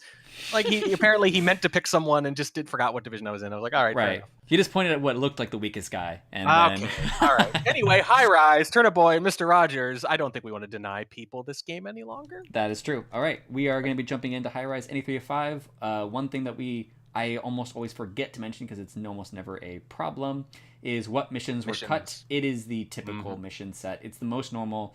Sometimes Purloin and other missions get interjected, where it's like sometimes not Fingerprint, for example. Yeah. I think that's the most popular one. Purloin Fingerprint is the most common switch up, sometimes Inspect.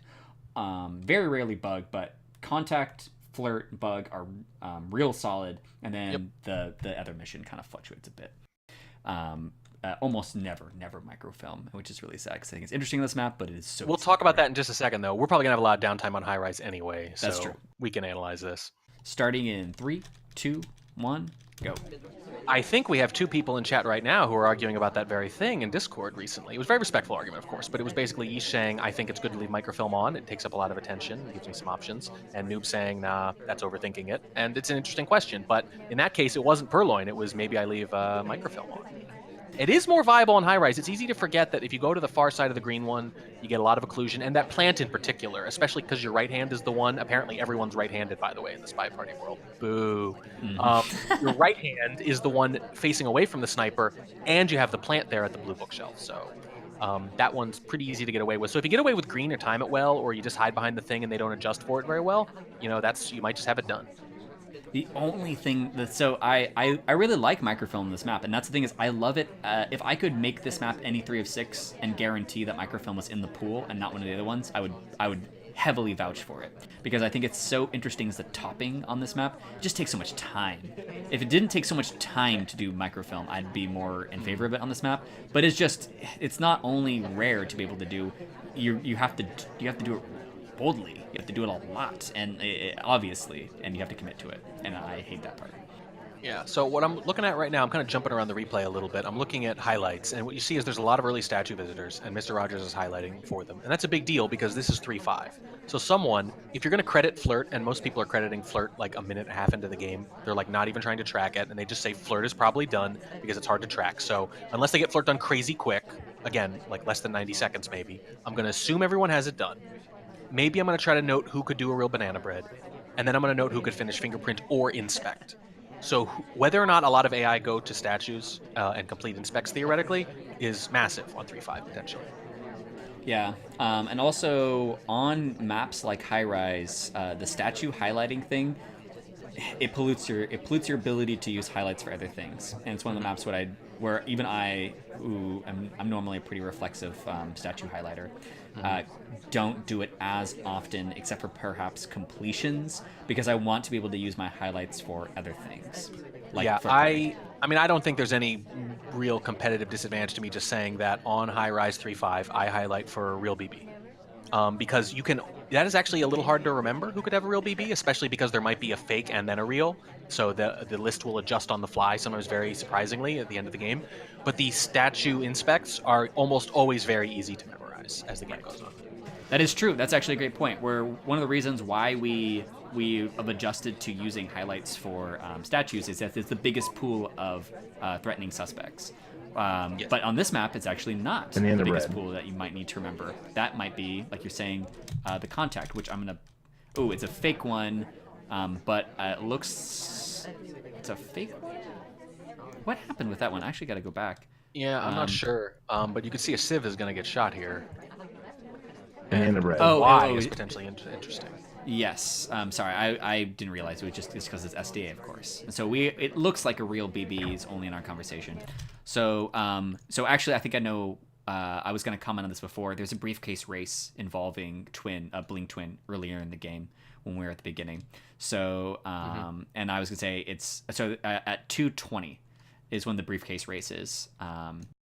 And I was wondering if he was going to get particular suspicion for it because briefcase races they just like immediately draw your attention, even though they happen with AI. Yep. Right? Yep. You have to watch. There's 2 people acting weirdly, right? They're hunched over. You just never see that any other time. And when 2 people do it near each other, especially both highlights at the front of high rise, like you're right. If anything, I'd bug right then if you could. Right. Because your eyes are just going to be drawn there just by the weird movement that you're not used to seeing. Right, and the fact that there's just like one person that completes it. So I think that's the reason there's a shot is was there a second fingerprint or? Yeah. So there's let me see here. What was it at the end? I think.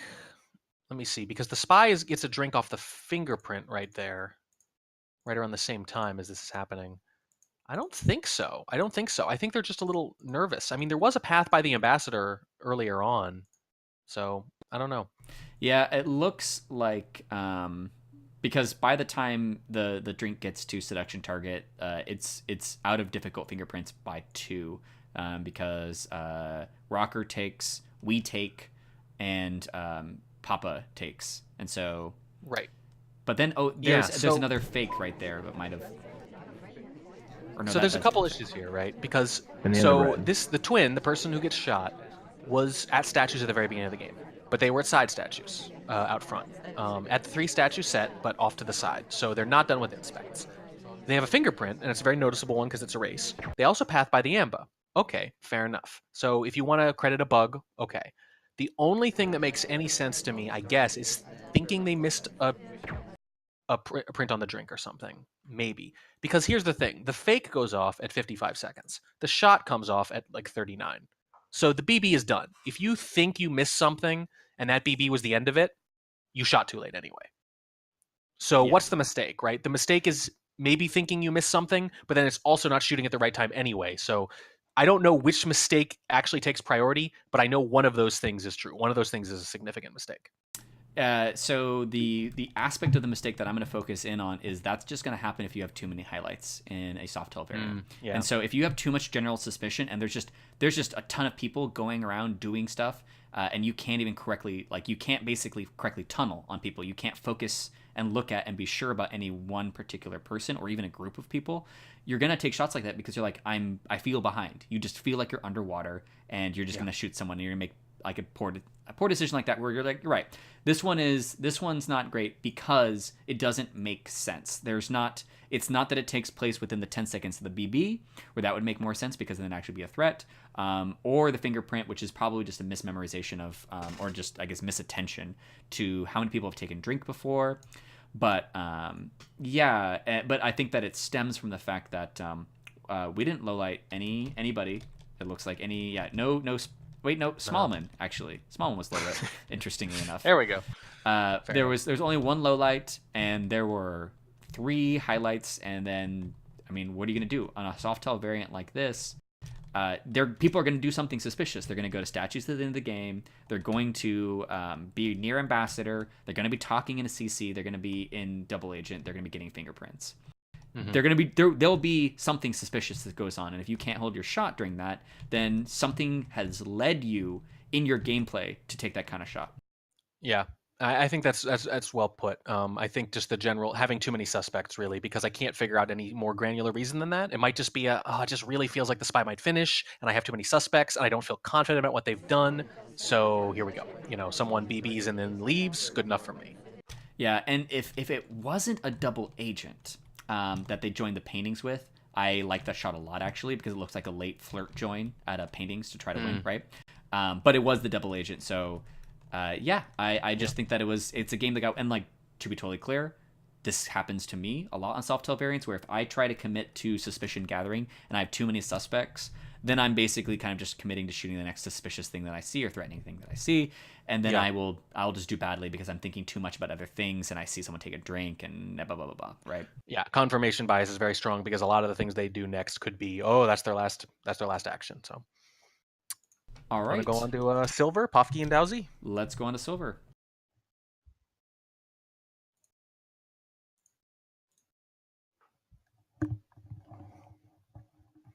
This set was cast, I actually think, a couple of weeks ago.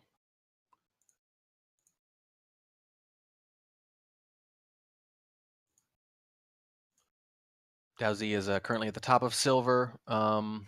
Technically, if you look at the standings, you're going to see someone else maybe a little bit higher because they've played one more match. But I think Dowsey's waiting on a couple people. Of course, got their checker match in very late in the season. But no one's taken Dowsey down yet.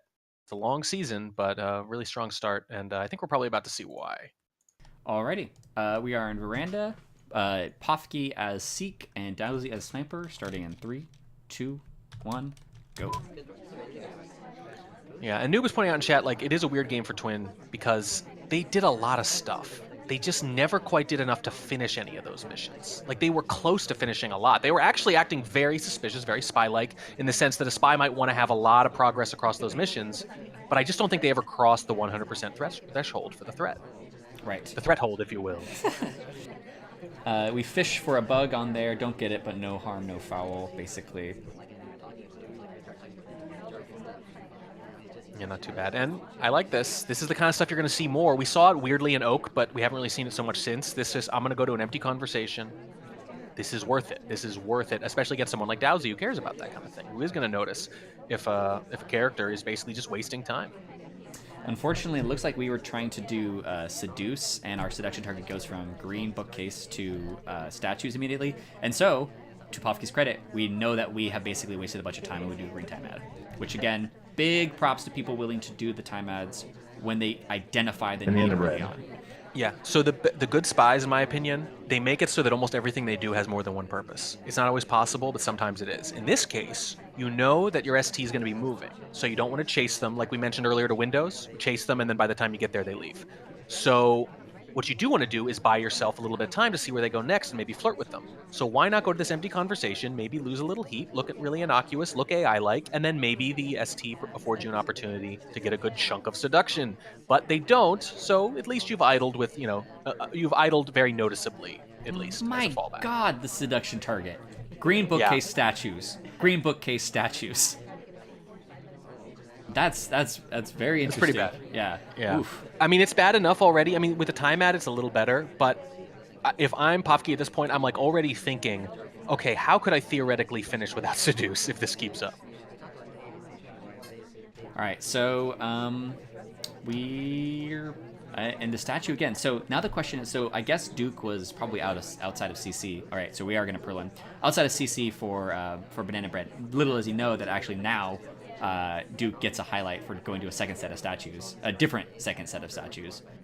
So now they actually be done. And we green Purloin, and it's not going to get caught for a little bit. Oh, are we going to? Okay, I thought we might return right there. Yeah, so here's the thing. This is kind of like the gallery thing. Toby's been over there a while. He does return. Okay, he got a green return. Does. Sorry. Yes. But Dowsy can already be confident that it's no one on the right like this. That's what's big, is that they can be really confident it's someone in one of these two groups over here. That is one thing that the UI needs, is it doesn't flash or anything when it says the return. It doesn't actually even say in the log that there's a green return, at least that I saw. So I was trying to see if he was going to try to return it. It actually seems like it would have been better if he just straight up returned it white style. Because I don't know if Probably, yeah. Right, in this case, it gave him a chance to notice the kind of anti-reject chain, because he has noticed the return. And one of the reasons he noticed the return, by the way, is because he didn't take all those low lights on the right. I mentioned that he could have obviously been very confident that it happened on the left and that he could low light, 5 or 6 people on the right. He doesn't rush over to take all of them. And if he had, he wouldn't have noticed the other reject chain, so to speak, right? The return chain, which is ultimately what wins him the game. I actually didn't realize when I picked this game that we talked about this on cast, but it's worth analyzing in more detail anyway. What happens is, Dowsy's saying he didn't notice the return, but I think he told me, you told us in the chat when we did this cast that you did, or that she wasn't in the original reject chain at least, whatever it was. But what's interesting about that is he knows Rocker isn't in the reject chain, and that's the person Pofsky is trying to frame for the swap. So she's already low lit. Look, he goes to the statue. He's trying to fake a green swap onto Rocker. It doesn't work because Rocker is low lit for not being a Purloiner. Interesting. Okay, but you're right that works if the list isn't noticed, because then you take away from the limiting factor of the Purloin. Because one of the things is, not only if you Purloin and swap, will you often not get away with it because it has 2 very strong hardtails associated with it. But if they know the group of people that could possibly swap or could possibly Purloin, the intersection between those 2 groups is very small, as opposed to something like swap and Banana Bread, for example. Right. So it's actually, in my opinion, that's kind of the problem here. You're doing 2 moves that are risky in and of themselves and narrow the party down potentially a lot in and of themselves. You're Purloining, first of all, which can already narrow it down a lot. You're returning the list, which can narrow it down even more. And you're doing the fake green swap, which is an all-in on the 50-50. Like, you are betting at that point, yes, they're going to know it's one of these 2 people. I'm fine with that. And against a good sniper, you'll take those odds if it really is a 50-50 or even close to it. So that makes sense. But you're right. When you kind of Venn diagram the 2, there's a Purloin, and then it has to overlap with the return if they notice it at all. And then you're faking the swap. It's like, how many people could it be? Yeah. So we mentioned the idea of like traces before. Those are the 3 missions that leave a specific trace. Contact is kind of a weird way to put trace, but like Yeah. they have a signal associated with them, right? That like Yeah. remains in the sniper's mind. And then That's a great point. 3 missions are done, and they're all missions that the sniper potentially knows about. Right, exactly, right. It's one that actually calls your attention to them that leaves some sort of impact where you can do the deductive play. I guess what I should say is it's the deductive ones where it's deductive down because you can get if you don't know an inspect has happened, but you can consider it deductive because if you know that they are going to inspect, you deduce down to that group and you only shoot someone who could both inspect and contact, for example. Or fingerprint, same thing. But this is the one that can eliminate suspects. You can't eliminate suspects with fingerprint or inspect. You can eliminate suspects with purloin, swap, and contact. Yeah. And so I mentioned earlier, like you should have to start thinking at this point, what do you do without seduce? I think we have our answer. I mean, do they really play a game this wild and atypical if the seduction target isn't playing so hard to get? Yeah, and so this game I really enjoyed because it brings I've been trying to work on the phrasing around like these different ideas. One of them is this game strikes me as it's a problem in coherence, where let's say we got away with it. Let's say we swapped. What was our next move? How are you going to do 2 more missions while we have contacted, swapped, and purloined? Like we've narrowed the party down to us and Rocker. Do we really think Rocker on any 5 of 8 map is going to do 4 other missions or to be liable to do 4 other missions? That's really tough, even if you return the purloin. So, for example, to me, taking purloin and returning it, you are not framing. You are trying to win. Yes, trying to you're undercutting your own argument against Rocker. If you're building a case onto Rocker, you let the purloin continue showing, and then the sniper thinks, my God, 2 hardtails have happened, and if she goes to statues another time, that's just it. Yes, exactly, right. Yes, the purloin undercuts the argument for someone needs to get shot. Now, I don't know if Rocker was in any sort of reject chain, but that puts plausibly into the mind of the sniper that something's gone on, right? Where it's kind of the party-wide frame of stuff is happening, you better shoot, because we've done the 3 things that we talked about before are shot-inducing, but the fact that we return the list isn't coherent with the rest of our gameplay. If we are trying to push the game in either we are we're basically going in and someone getting shot. So if we're trying to get someone to get shot, purloining, returning doesn't make sense. Yeah, and so there's it's incoherent. There's 2 issues here. One is that ideally, if you've just done the purloin, if you have some kind of reject chain, you really are waiting to frame someone who is in that chain for the swap. You're hoping they go to statues. That's pretty hard, I'll grant you, but that's the best way you can do that. But even if you don't do that, right, the next thing is, are you trying to finish or are you trying to induce a shot? And you're getting 2 different answers to that question here based on the mission choices. So that's a really good point. Yeah, and so that problem exists even if they white the return. Like, first of all, we talked about how the fact that greening a return it's kind of always bad. I'm trying to think of a situation in which it's probably. Oh, just about. I mean, there are almost certainly edge cases where it's not bad, but it's almost like the reverse of we had that longer conversation about whether or not we'd want to have 100% green purloins or like 95, where I was pretty adamant that like 95 is like the sweet spot where you almost overwhelmingly do, but the 5% alone puts doubt in the sniper, blah, blah, blah, blah. Every drink taker can get low lit. Yeah, exactly. You don't have to worry about that. But it's almost like the reverse for return. Like technically, I guess, in the return, which is already a really small pool of things, then maybe there's like a 5% time you want this sort of like weird return thing, where it's like they're not sure about it. Because what return can do for you is either you never see the list gone, so it's super strong, because then you just think that there's another mission that hasn't been done, you're not going to include in your count. Or you throw doubt into the sniper's mind. This is less true than it was when Purloin first came out, that the list was ever gone. Now, this was a lot easier in old art, because for sometimes like it was actually hard to see the list and if it was gone or not. It was just like, I don't know what happened. Like maybe it was just because we weren't used to it. But sometimes you'd think the list was gone, and you'd look back and it was there, and that was actually nothing had happened. You just and you sort of talk yourself into it. Kind of the same way you can talk yourself into that statue didn't actually swap. I memorized it wrong, because like we'll all have that moment too. It's less common, I think, with the list, but I think the people who are really vulnerable to it, and this is why it's not a great play in general, is because it's sniper dependent. If you're the kind of sniper who really verifies and gets a good look, it's not going to work at all. They're going to be like, no, it was definitely gone. So now I've really narrowed it down. If you're the kind of sniper who does what I mentioned earlier, that moment where you zoom in real quick and just get a little sliver of the list and then get right back out, which is honestly how you normally want to do it. If you're like that, though, you're going to go, I didn't really look at it. I really went as quick as possible to try to verify that it was there or gone. And I reacted really quick in the moment. So now I'm not positive I saw it clearly. Right.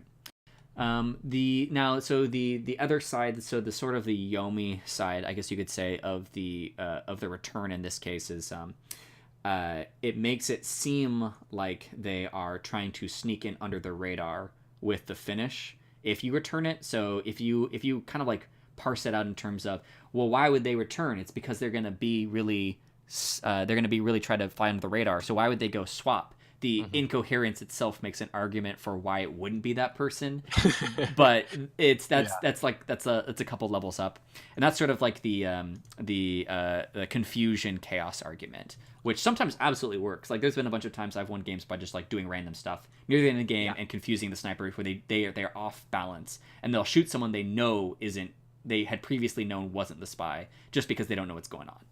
Yeah, I mean, it's just hard, that kind of thing you normally want to plan for. It's still, so the fact that so many good players still make mistakes, it's still an argument for they probably just screwed up, rather than overthink it into they're so good they would have never done that, so therefore they couldn't have returned it. Most of the time we all screw up enough that it still makes sense for the simplest thing to be true, which is they made a mistake. Right. Even in silver. So. Okay. Gold. Yeah, let's go into gold. And we have another library here. It's Yishinopi writes. This game was also cast. But, how can you not pick it? Yeesh library, you get to see what they do. And we still will get to compare library a little bit more and kind of compare, some of the similarities and the differences between, I think it was that Iron Watch, right? Magic Doer as spy. OP US, right? I know Yeesh EU. Yep. Okay. OP writes is, yes, American. Yeesh is American also. Oh, really? It has Yeesh as that's right. Why does it have Yeesh? Because Yeesh is Air Force. That's right. Why does it have Yeesh as EU in the database? That must be. Where are you looking? Well, it had it in the tooltip thing. So maybe it's something that I'm just doing wrong in the tooltip thing. It's not the database SCL database. I'm going off of the thing that autofills when I fill in Yeesh. But I'm using a little tool that nobody knows what I'm talking about, so I won't discuss it anymore. Yeah, on the gold and library. On the gold. I'm looking forward to it. Okay, so I'm gonna make sure that I've changed everything. It looks good. Oh, I've not changed the spy, who is Hair again. Hair again on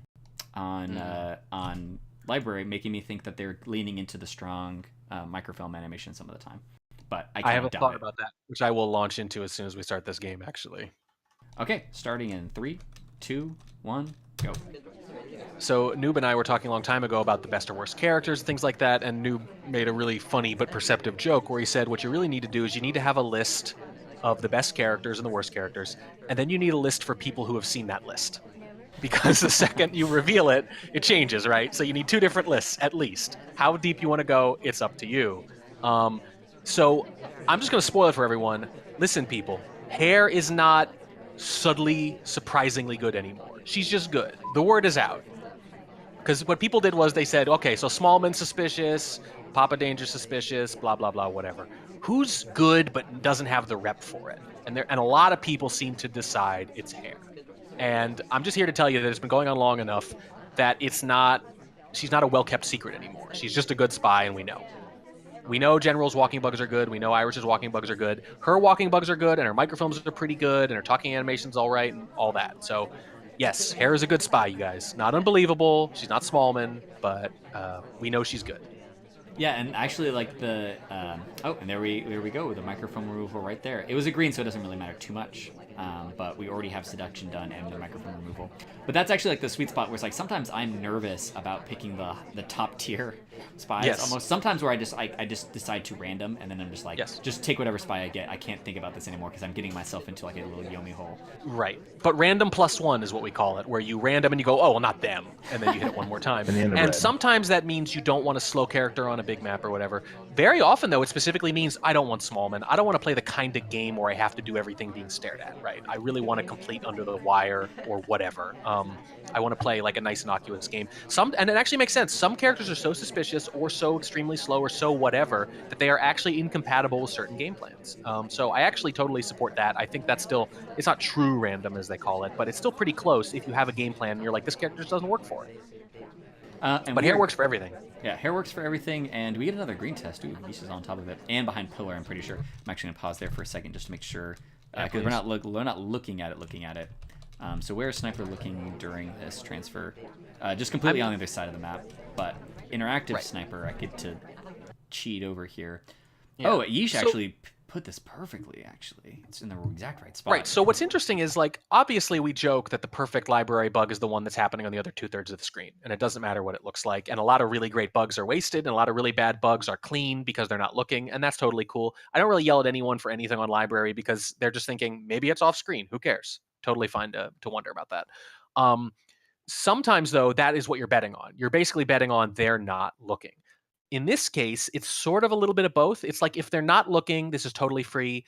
If they're sort of looking, I'm good. If they're staring right at it, then I'm caught. But who's going to be doing that? It's just not a profitable use of their attention. So Yeesh does something that could work regardless, and given how they do it, is just like really, really likely to work. Yes, and then I like also how they position themselves, where if we did, I'm using the interactive sniper cam, if they did look over, if OP was looking over, they're not completely hidden where it's like almost not suspicious, because you can see about almost exactly half of Red Dress's body, but it's not the half that's going to have the moving arm. Even if you're staring directly at it, you can see the hand move if you're paying attention. But it's way difficult to see because you can see the hand like dip down for just a moment. Also, one of the things about Red Dress and her arm movement that's kind of like it's interesting is her skin tone is not all that different from her clothing. So her arm moving against her dress is one of the least different. Or like let's say like I'm looking at Twin right next to it. The white and the blue and his skin tone don't match up. So when he's moving his hand, it's more apparent that his hand is moving, right? Where people tend to be wearing clothes that are like pretty different from their skin tone. But one of the exceptions where their hand, there's like a clear distinction between their hand and the rest of them. Yeah. Hair has some of the least color differences between the various parts of the body, right? And it's interesting. And that matters. Yeah. Yes. And it's fascinating side topic. I guess Boots is sort of similar because Boots also doesn't have like Boots also doesn't have like cuffs, I guess. I'm trying to figure out what to say. Where a lot of the spies have sleeves all the way up to their hands, and so their hands stick out way more than the rest of their body, except for like I guess Sari, Red Dress, and Boots. Oh, I guess White too, but she's got the watch. I'm getting way too into that particular thing. That's okay. Well, let's talk about what the chat's talking about, which is specifically why did he highlight him for being at that green bookshelf? So I agree with what chat's saying in that it's very counterintuitive and kind of hard to figure out. But there is one potentially very simple explanation, which is simply that he sees someone at green bookshelf and briefly thinks, where did that book come from? And doesn't realize they're about to leave green bookshelf. They might think they're arriving, with the book already. And then it's just a highlight for, I don't know where that book came from. Maybe they took it from blue or yellow. So let's keep an eye on that. And then they do that and then immediately look somewhere else, so that even though Hare puts the book back and clearly that logic doesn't apply anymore, not necessarily, they might have already moved on to other things. Either that, or it's just good game planning. It's just, well, I expect Yeesh to microfilm here, or they like to go to green, or something like that. But those are the only two explanations I can come up with, at least. Yeah, I was going to say maybe it was incorrect timing, but it's so hard to tell on Red Dress where her head is in her cycle. Yeah. It doesn't look like it, because it happens immediately when she comes back on screen while the microfilm is completely off screen. And that's what fits for me with the where did that book come from? Not realizing that they did not arrive with the book. Gotcha. That's my best guess, at least, so I don't know. But microfilm's done behind the pillar, right? So we jump to like, I don't know, maybe I'm say at a minute left. Yeah, I'm at 2:20.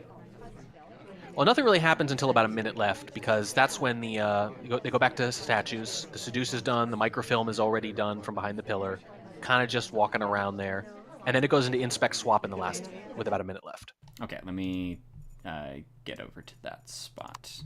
There we go. Okay, so we get the microfilm done, and then basically do nothing until inspect swap at the end. So.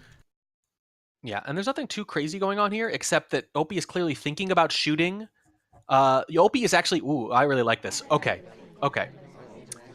This is great. Let me know when you get to, like, 45 seconds. Cool. This is I'm what just looking Yeesh at has just put the statue down. Okay. Okay. So Yeesh just put the statue down. They've completed Inspect, their second visit, and they've green swapped. So I mentioned earlier that the thing about catching small men on Tayen was you have to lock onto them in case the swap comes off, right? And then you already have the shot and you don't have to worry about anything else. That's what Opie's doing here, more or less. He's worried about the swap because one of his bigger suspects probably is at a second statue visit late and could be swapping to finish with 45 seconds left. It totally fits.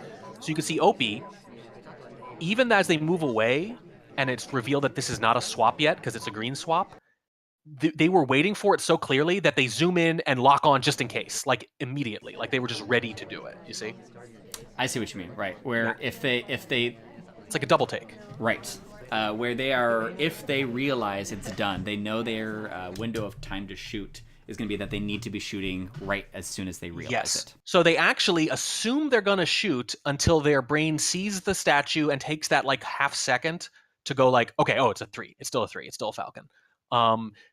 And that happens after they actually zoom in and get ready to shoot, basically, like because it's all happening simultaneously. And then a low light picks up the statue, and that's always interesting, right? What do you want to happen here? Do you want another suspect to pick it up, or do you want a low light to pick it up?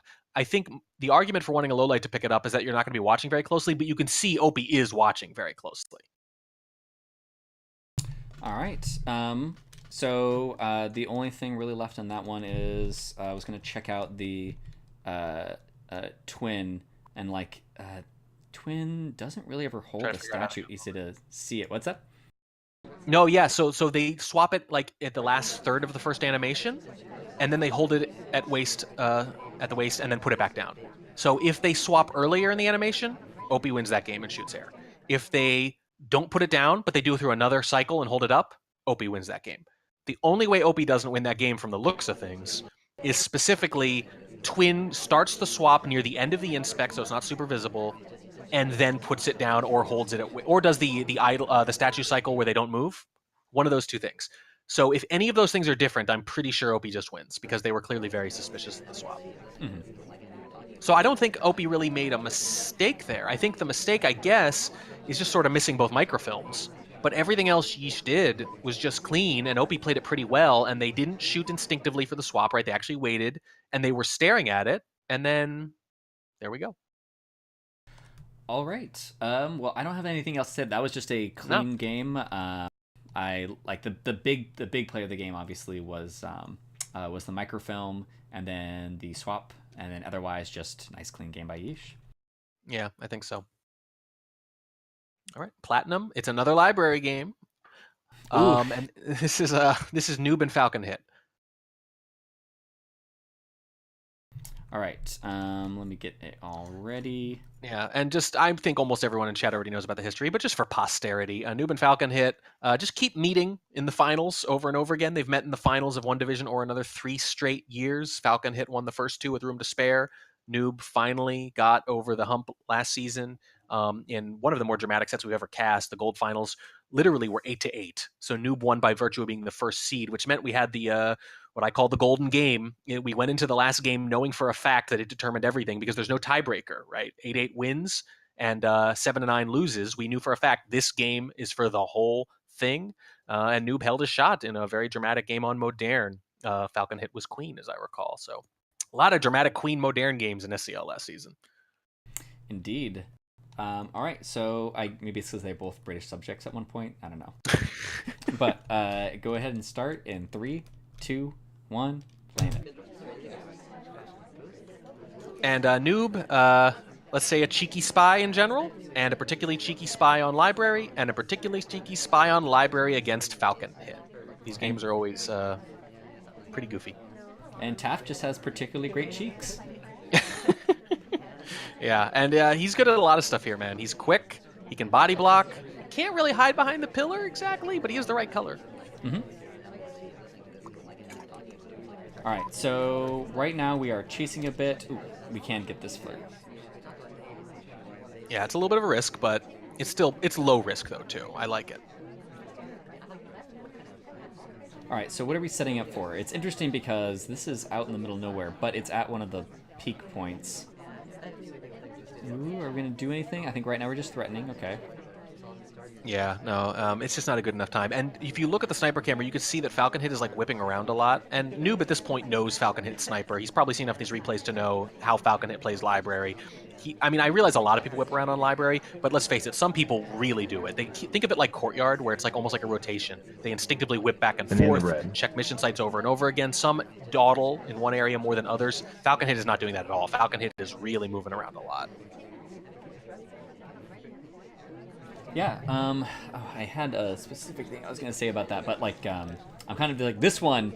I'm doing mental research in my head because these are opponents, and so I'm doing like the least like flexible and just like kind of thinking of it abstractly because now I'm trying to poke prod. Yeah, for you don't weaknesses. want to be like, oh, you see what he did right there? I'm super vulnerable to those. I never catch that. Yeah. Okay. So we're probably gonna have to time it at some point. We are gonna get this bug probably. Yeah. Not much to show Okay, there except for the dip. Super cool. Okay, so it's 2.5 minutes. Here's what I love about this bug. Clearly, we're idling a lot, and knowing Newbie's going to time out at some point and draw the game out and all that stuff, and maybe get a civ shot. Fine. But when you get the bug, and if you're confident you got away with it, when that bug happens, will totally determine how you react to it. Because if you're idling like all game and you get a bug with a minute left on library, you're not going to like rush 3.5 or 4 missions. Like that doesn't really make sense for the most part. Maybe a time ad, whatever. If it happens on ballroom, maybe. If it happens on high rise or balcony, the game's already over. Blah blah blah. Here, you get it with 2.5 minutes. So you actually could mix up your game plan and try to finish if you wanted to, but we see that Noob does not do that. Like maybe he'll still try to finish. We'll see what happens later. He does time ad, but the bug doesn't like cause him to start like rushing to a mission site or whatever to finish. Indeed. And right now because we have Orange Dress as seduction target, she's gonna be spending a lot of time in transit, and we're probably gonna have to time that sooner rather than later. Yeah, here we go. I think we're gonna do it right now. Oh well, yes. I also have I'm off of caster mode, so I can see now into the future. It's full of dead spies, isn't it? Yeah. The thing is, like, there's so many because right now we've only had the bug done and seduction done. There's so many paths still available to us. We stop talking a lot, which is something that Noob does a lot, and also that Noob knows that I know that he does. So no giving away strats on that one. Yeah. Especially on library, because it just stop talking resets the amount of time until you can leave again, basically. Although it looks like he might be trying to time out for. Oh no, he does leave after just a little bit. So what's interesting about the Purloin is this is still consistent with the frame. Like the bug is consistent with the complete, the Purloin's consistent with the frame, and if he gets the flirt done, now that the BB's gone off, he can do either one. Like he has somehow straddled this line like really, really well, where he can frame, wait for a shot, he's given Falcon Hit reason to shoot, and if it doesn't work, he can still finish. Like look at this. He's about to have 4 missions done, the Purloin's just gone off. This could go, oh, well, the ST leaving hurts for sure, but you're still in a really good position here. This is lining up better. Normally you can play like a high-rise game like this or something, or maybe even a ballroom game where you sort of hold the possibility of framing or completing simultaneously until the last minute. It's so weird to have that happen on library, though, given how much you have to do. All right, and so Papa Danger gets shot. So I was a little bit off sync with you for a bit there. I was pondering other things, so I didn't see the Purloin. So I'm going to go back and look at the timing of the Purloin. Oh, it's just conjoined with the banana bread. So again, like we had talked about before, using the banana bread to like offering the trade, as you said, as you put it before. Yep. You can either take the easy part of the trade, which is getting the lowlights, looking around for real, but you acknowledge that you might be giving something up as far as like a Purloin at that point, right? So the lowlights are cash in the bet you've already won, and looking for the hardtail, sort of like letting it ride. Like the lowlights are safe, you know you can get them, and they help you whittle down the party. The problem is you could go that way. You could say, okay, I'm going to stare at the list or the ambassador or statues or whatever to see what happens after the BB, see if it's in the wake of something, and then they just don't do it. Most BBs are not covering for something still. It's very common to cover for things with BB, but the majority of BBs are just BBs. So then you feel dumb. You missed maybe a couple of lowlights because you were busy staring at the list afterwards rather than getting all the lowlights you could. Yes, and that is something that I try to emphasize in my own spy game is making BBs a huge moment of stress for the sniper. Making them just like, because otherwise, if you just BB normally and don't ever do anything with it, it's very comforting to get the BB. It's like we talked about before. It gives you some sort of signal about where they are in the game. It gives you lowlights. It's great. You feel good when a BB goes off. but not if you know that the other person uses it to cover up for things, because then all of a sudden the next 5-10 seconds are extremely stressful because you're worried about them finishing, you're worried about them covering with something, you're worried about the fact that you might not be getting lowlights you should be getting, and it's like all of my spy game is almost about creating pressure points where I actually do need to get better at the continuous normal progress game, just as a threat. Right, because so like threat suspicion, making the sniper uncomfortable, not actually a threat. It might be valuable, but in and of itself does not win the game necessarily, right? But I like what you said a lot there about like it feels good when the BB goes off, because it's one of those rare peeks behind the curtain. At that moment, you have firm information in a game that almost never gives you firm information. So it's just really satisfying. It's like, oh yeah, there's another human being here. I've had, I have confirmation that there's a person on the other end and they're doing things. And it's kind of like when you get those logic problems and then they give you a couple of facts to start off with, and you really like rest on those, right? You try to build out from those facts, kind of like taking the corners in a puzzle to start. Like you take the sure, safe thing and you build from that. A BB is like hard information that cannot be quote unquote faked, for lack of a better word. It's actual hard information. And that is so refreshing in a game where this person's trying to trick you the whole freaking time. All right, so so we should talk a little bit about Papa getting shot there. He's kind of theoretically in the reject chain, I think. There, right? Yeah. Well, Papa's the taker, I think. He's the rejector and the taker. So that's what's weird about this. Yeah. Wait. No, sorry. Yeah.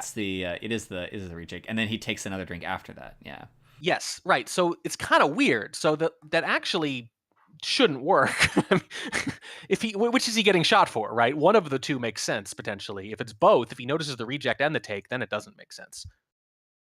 So Noob may be trying to frame Papa, but it actually doesn't work, or shouldn't have worked, because he takes the drink anyway and then gets shot. It's kind of funny. Yeah, it is weird, but then again, like it just lines up well. The thing is, it's kind of an early shot, honestly. Like there's not there's been a time that much going on. That's true. I guess that's true. Right. So he shoots at 55 seconds. If you take the 45, it's 10 seconds. I know that's a little simplistic way to look at it, but we talk a lot about like the sniper's internal clock, and your internal clock, it's already kind of screaming under a minute on library that, Purloin's gone, and there's been a BB, so maybe someone's done. But, knock another 45 off and oof. All right. Well, the thing is, like, I feel bad because we spent so much time on the earlier games, and now we're kind of like flying through these other games. But I actually don't have that much more to say about that one. So no, I think it's pretty straightforward. Yeah. We're also getting more efficient at talking about them, to our credit, I think. Well, also, like, when I know that on the first few games, I also wanted to get a lot of things off of my mind. Like, we talked about the I love this. I love the way that Taft talks sometimes. He just looks fantastic. I love his eyes. I love his mustache. Sorry, I'm just zooming in on random parts of Taft. You sound downright enamored with this man. Yes. But we also talked about like the threat versus suspicion distinction pretty early on into the set. And that was one of the things I kind of wanted to get out of the way, is I've been enjoying seeing that conversation play out. So it doesn't have to do with the games themselves that much, but also things that have been in my mind in Spy Party, which is why I like the Slowcast, because I get to just like say anything about them. And also, I didn't even think about this. This is like who are the statues on the backside of library of? Yeah. Like so you Churchill, can see, maybe? Yeah, no, you can see the names on them if you zoom in. They're generally it's like famous prison reformers and things like that.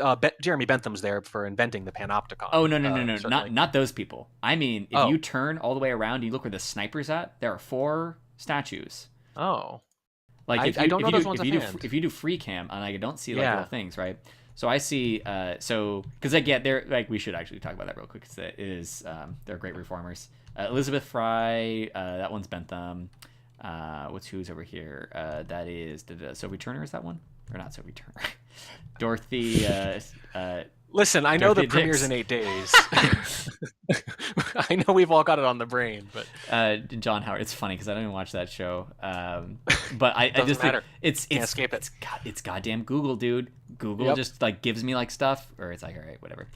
But I don't know who these people are back over here. They must be someone. Like, yeah, I don't know. We'll have to ask checks. They don't have pedestal, or they don't have names on them, so it's confusing. All right, on to the next game. Yeah, this is well, just because I had to pick it. KCM on Modern. It's always interesting. It's always exciting. Um, Modern is all about pacing. KCM, in my opinion, is the best pacing of any spy. Therefore, I love KCM Modern games. Uh, yeah, that sounds plausible to me.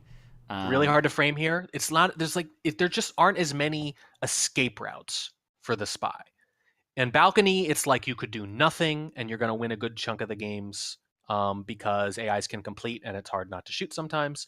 On ballroom, they're not going to be sure if they saw the bug, or you can just purloin in BB and maybe hope for the best. There are so many ways to win on so many of these venues potentially.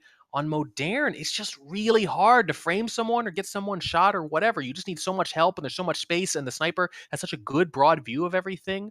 Generally speaking, it's like put up or shut up. Do your missions, get them done, space it out, get it done in full view, without that much occlusion, really, relative to how much you have to get done. It's just like it's a high wire spy act. So I really like seeing top spies try to run that gauntlet. All right, well, let's go ahead and get started. We have KCM on Plane Twin versus Canadian Bacon on Sniper. Starting in 3, 2, 1, go.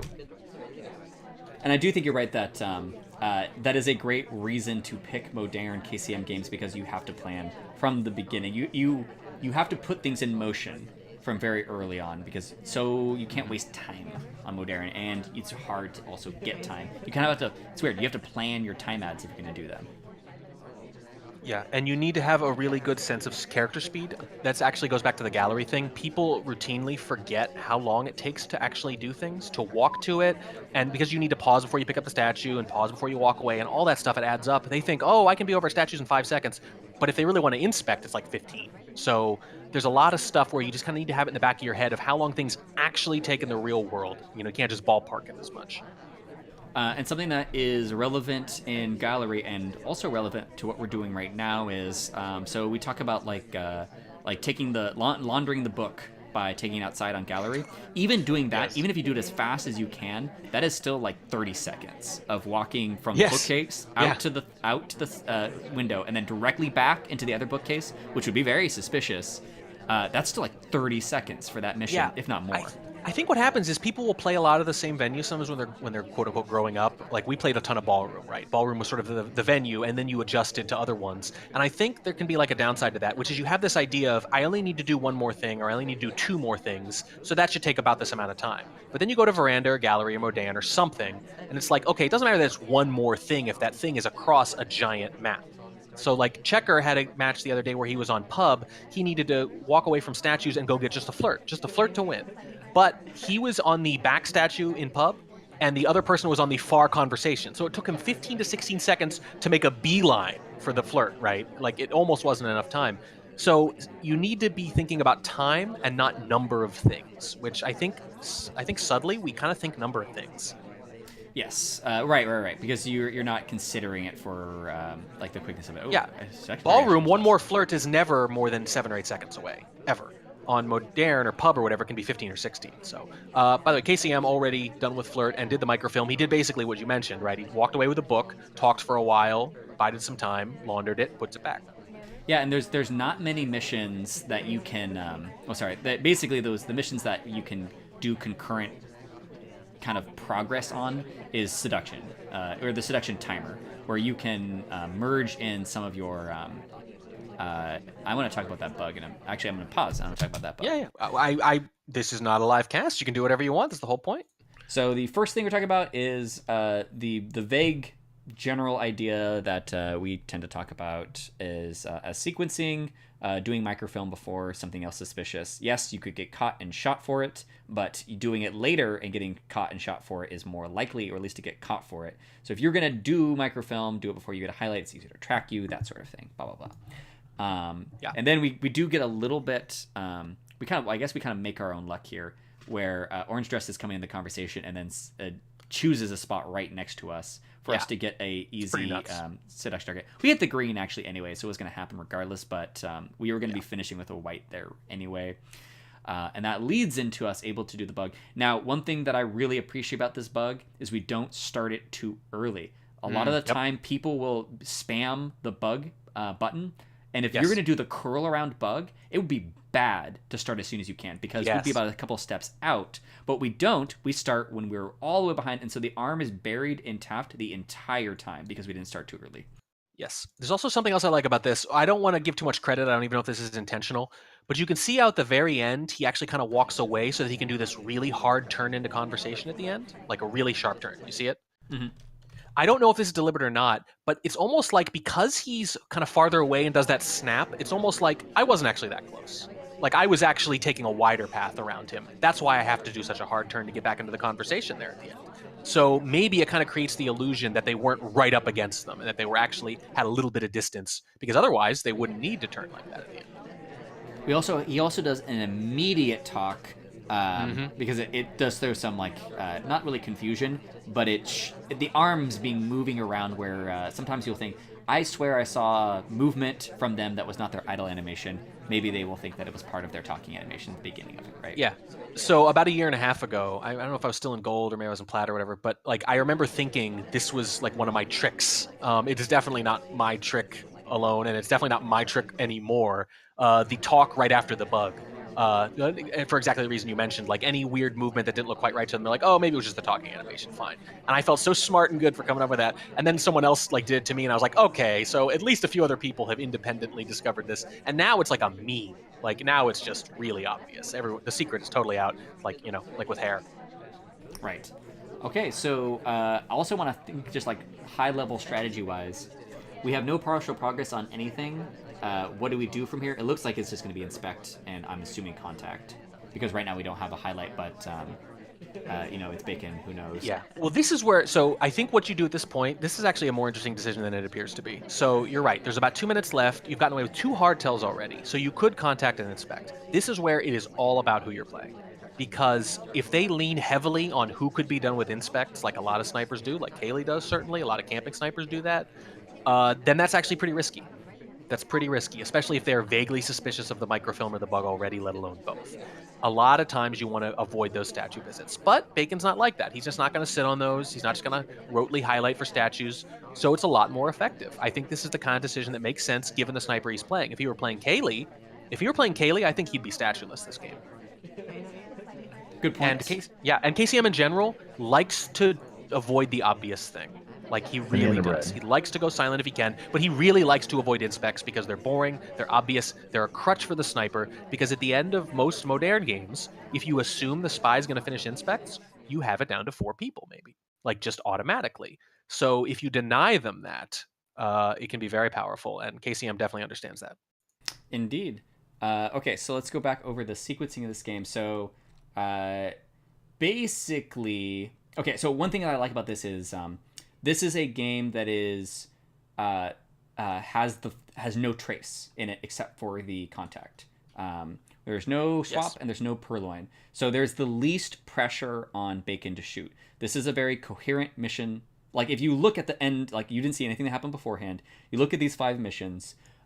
They're done basically in the order that one would recommend them, right? You did the things that would get you suspicion. Good point. After, right? Where you did the things that would have gotten you suspicion, where suspicion makes it more obvious that you did them with a highlight.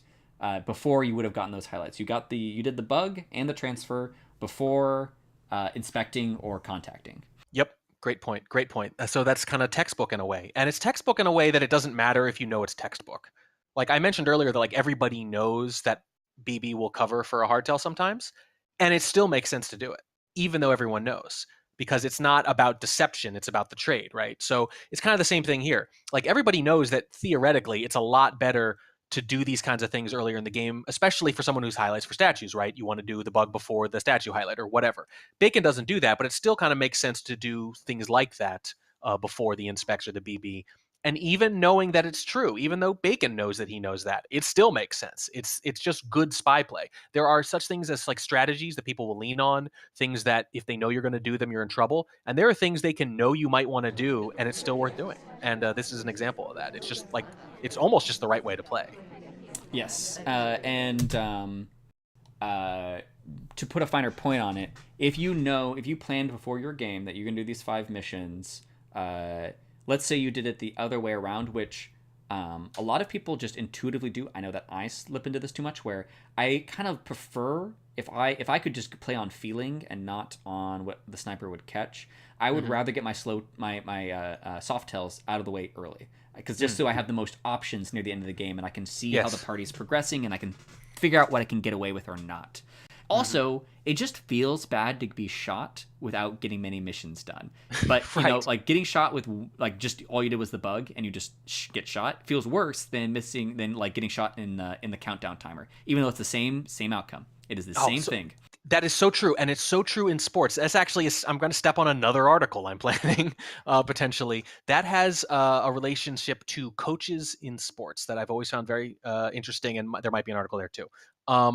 Specifically, if a coach is like down by a certain number of points late in like a football game or whatever, if you watch the way they actually manage their team, the things they will do seem to be less about winning the game and more about delaying the point at which the game is lost, which is not the same thing. It's often the same thing, but it's not. And there's a psychological thing there. It feels better to do your 3 soft tails, have a minute left, try a bug, miss, and get shot, than it does to just do a bug in 10 seconds and get shot for it. Like you feel like, I didn't even test them, right? They just shot me. It was easy. It was stupid.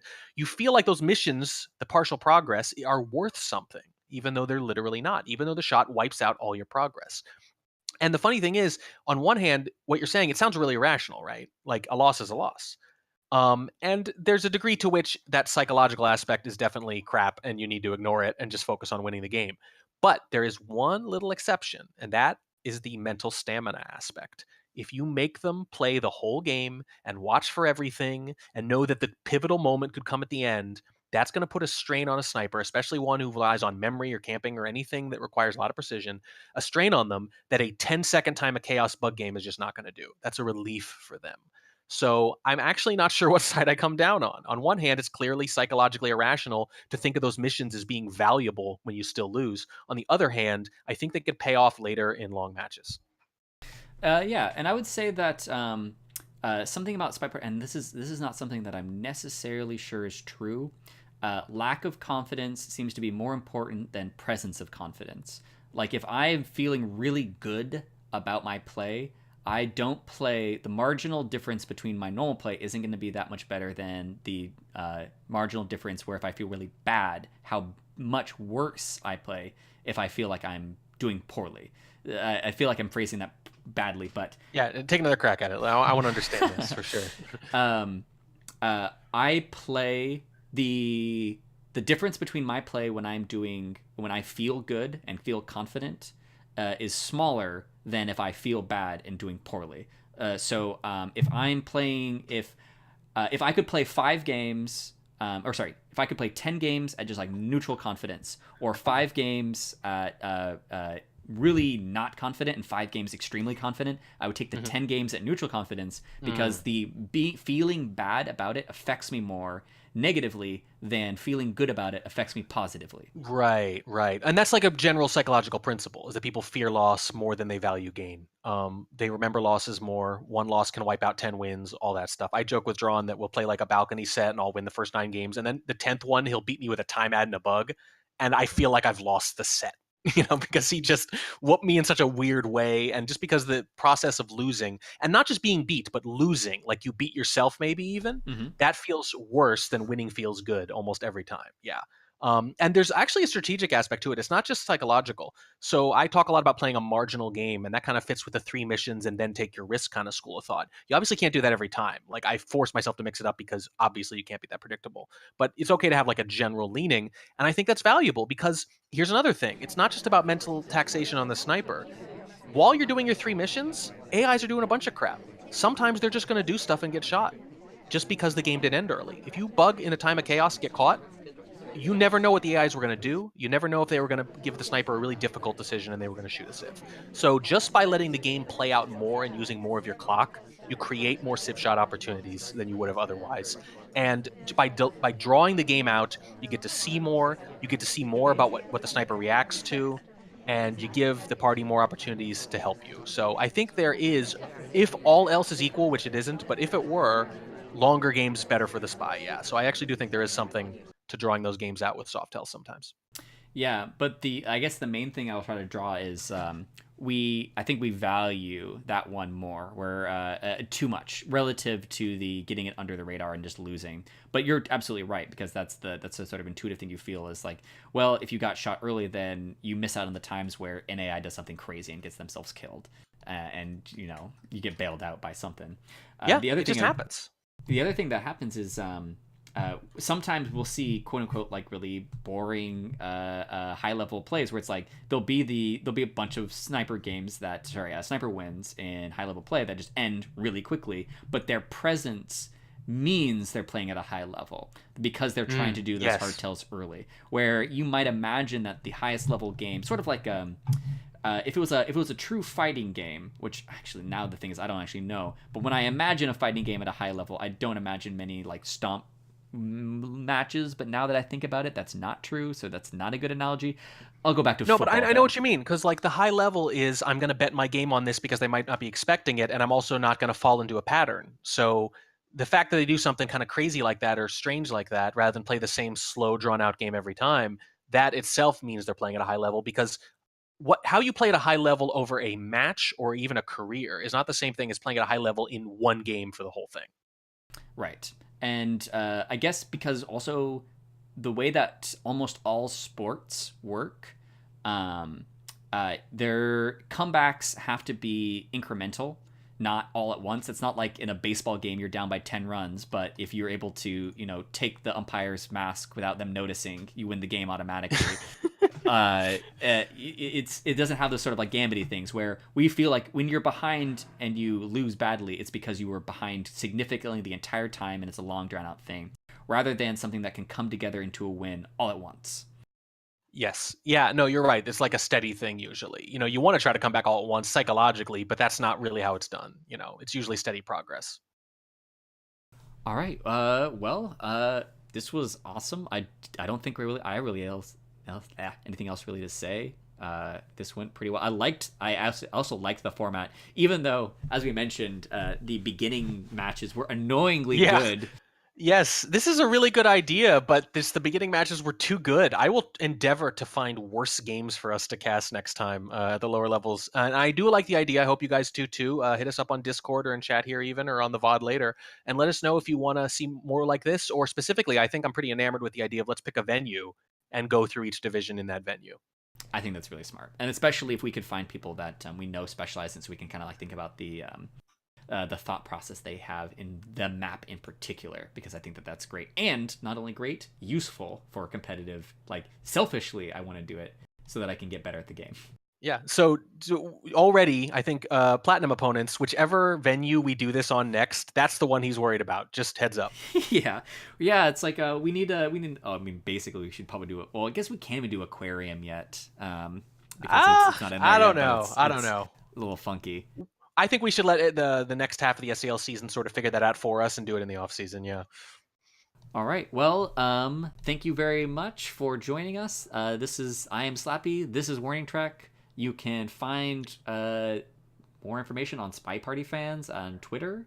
What else is Spy Party Fans? Oh, well, spypartyfans.com. In particular... .com, the original. Yeah, the Twitter is just derivative of the .com, really. Is that true, actually? Which one came first? Oh, yeah. No, I bought the domain. I actually was thinking about other domains, and I was like arguing with myself about what name to pick even back in the day. Like, do I pick like a goofy, funny, like insidery one, or do I just pick like a kind of bland, boring one? And well, I picked the bland, boring one. Sorry, but it seems to work okay. It's funny because that matches up exactly with what I know with you and your movie site, where it's like you pick the most practical. Yes, a very pragmatic, just like the spy game I was just defending. It's the pragmatism, man. It's the pragmatism. Although, when keywords and search engines are involved, you got to put the thumb on the scale a little more. But one thing I definitely want to say is if you're watching this and you're not already subscribed to this channel, please subscribe to it or subscribe. I don't have subscriptions. I'm not about that, but hit follow, because you will get more casts like this. We're in the middle of the season, so you're going to get plenty of them, but you're not going to get bombarded, with daily casts or anything. And everything you get will be stuff like this. So if you like this, you will like the other stuff. Indeed. And basically the things that make their way into the blog are like, one, they're vetted for quality, and they are sort of like the things that bubble up from the community at large. Sometimes I actually wish we had more forum engagement, because it's really easy to miss things in Discord, which is where most of the discussion happens. I love the fact that things get put up on the blog, because that is actually something that you can return to and elaborate on for a long time. You can link it, people can refer to it. That's why I also like the definition of these things, like these terms that we've been talking about forever but not actually codified, is that they can become a foundation for further discussion. And that's hopefully something that these kind of casts as well provide for people. I think so, and thank you for suggesting this and for doing it with me. No problem. All right, well, I will go ahead and put on the official music, and yeah, I will hopefully do this again soon. Layer. Yeah. We gonna take this slow. We just gonna peel it back layer by layer. Yeah. We gonna take this slow. We just gonna peel it back layer by layer. Yeah. We gonna take this slow. We just gonna peel it back layer by layer. Yeah. We gonna take this slow. We just gonna peel it back layer by layer. Yeah. We gonna take this slow. We just gonna peel it back layer by layer. Yeah. We gonna take this slow.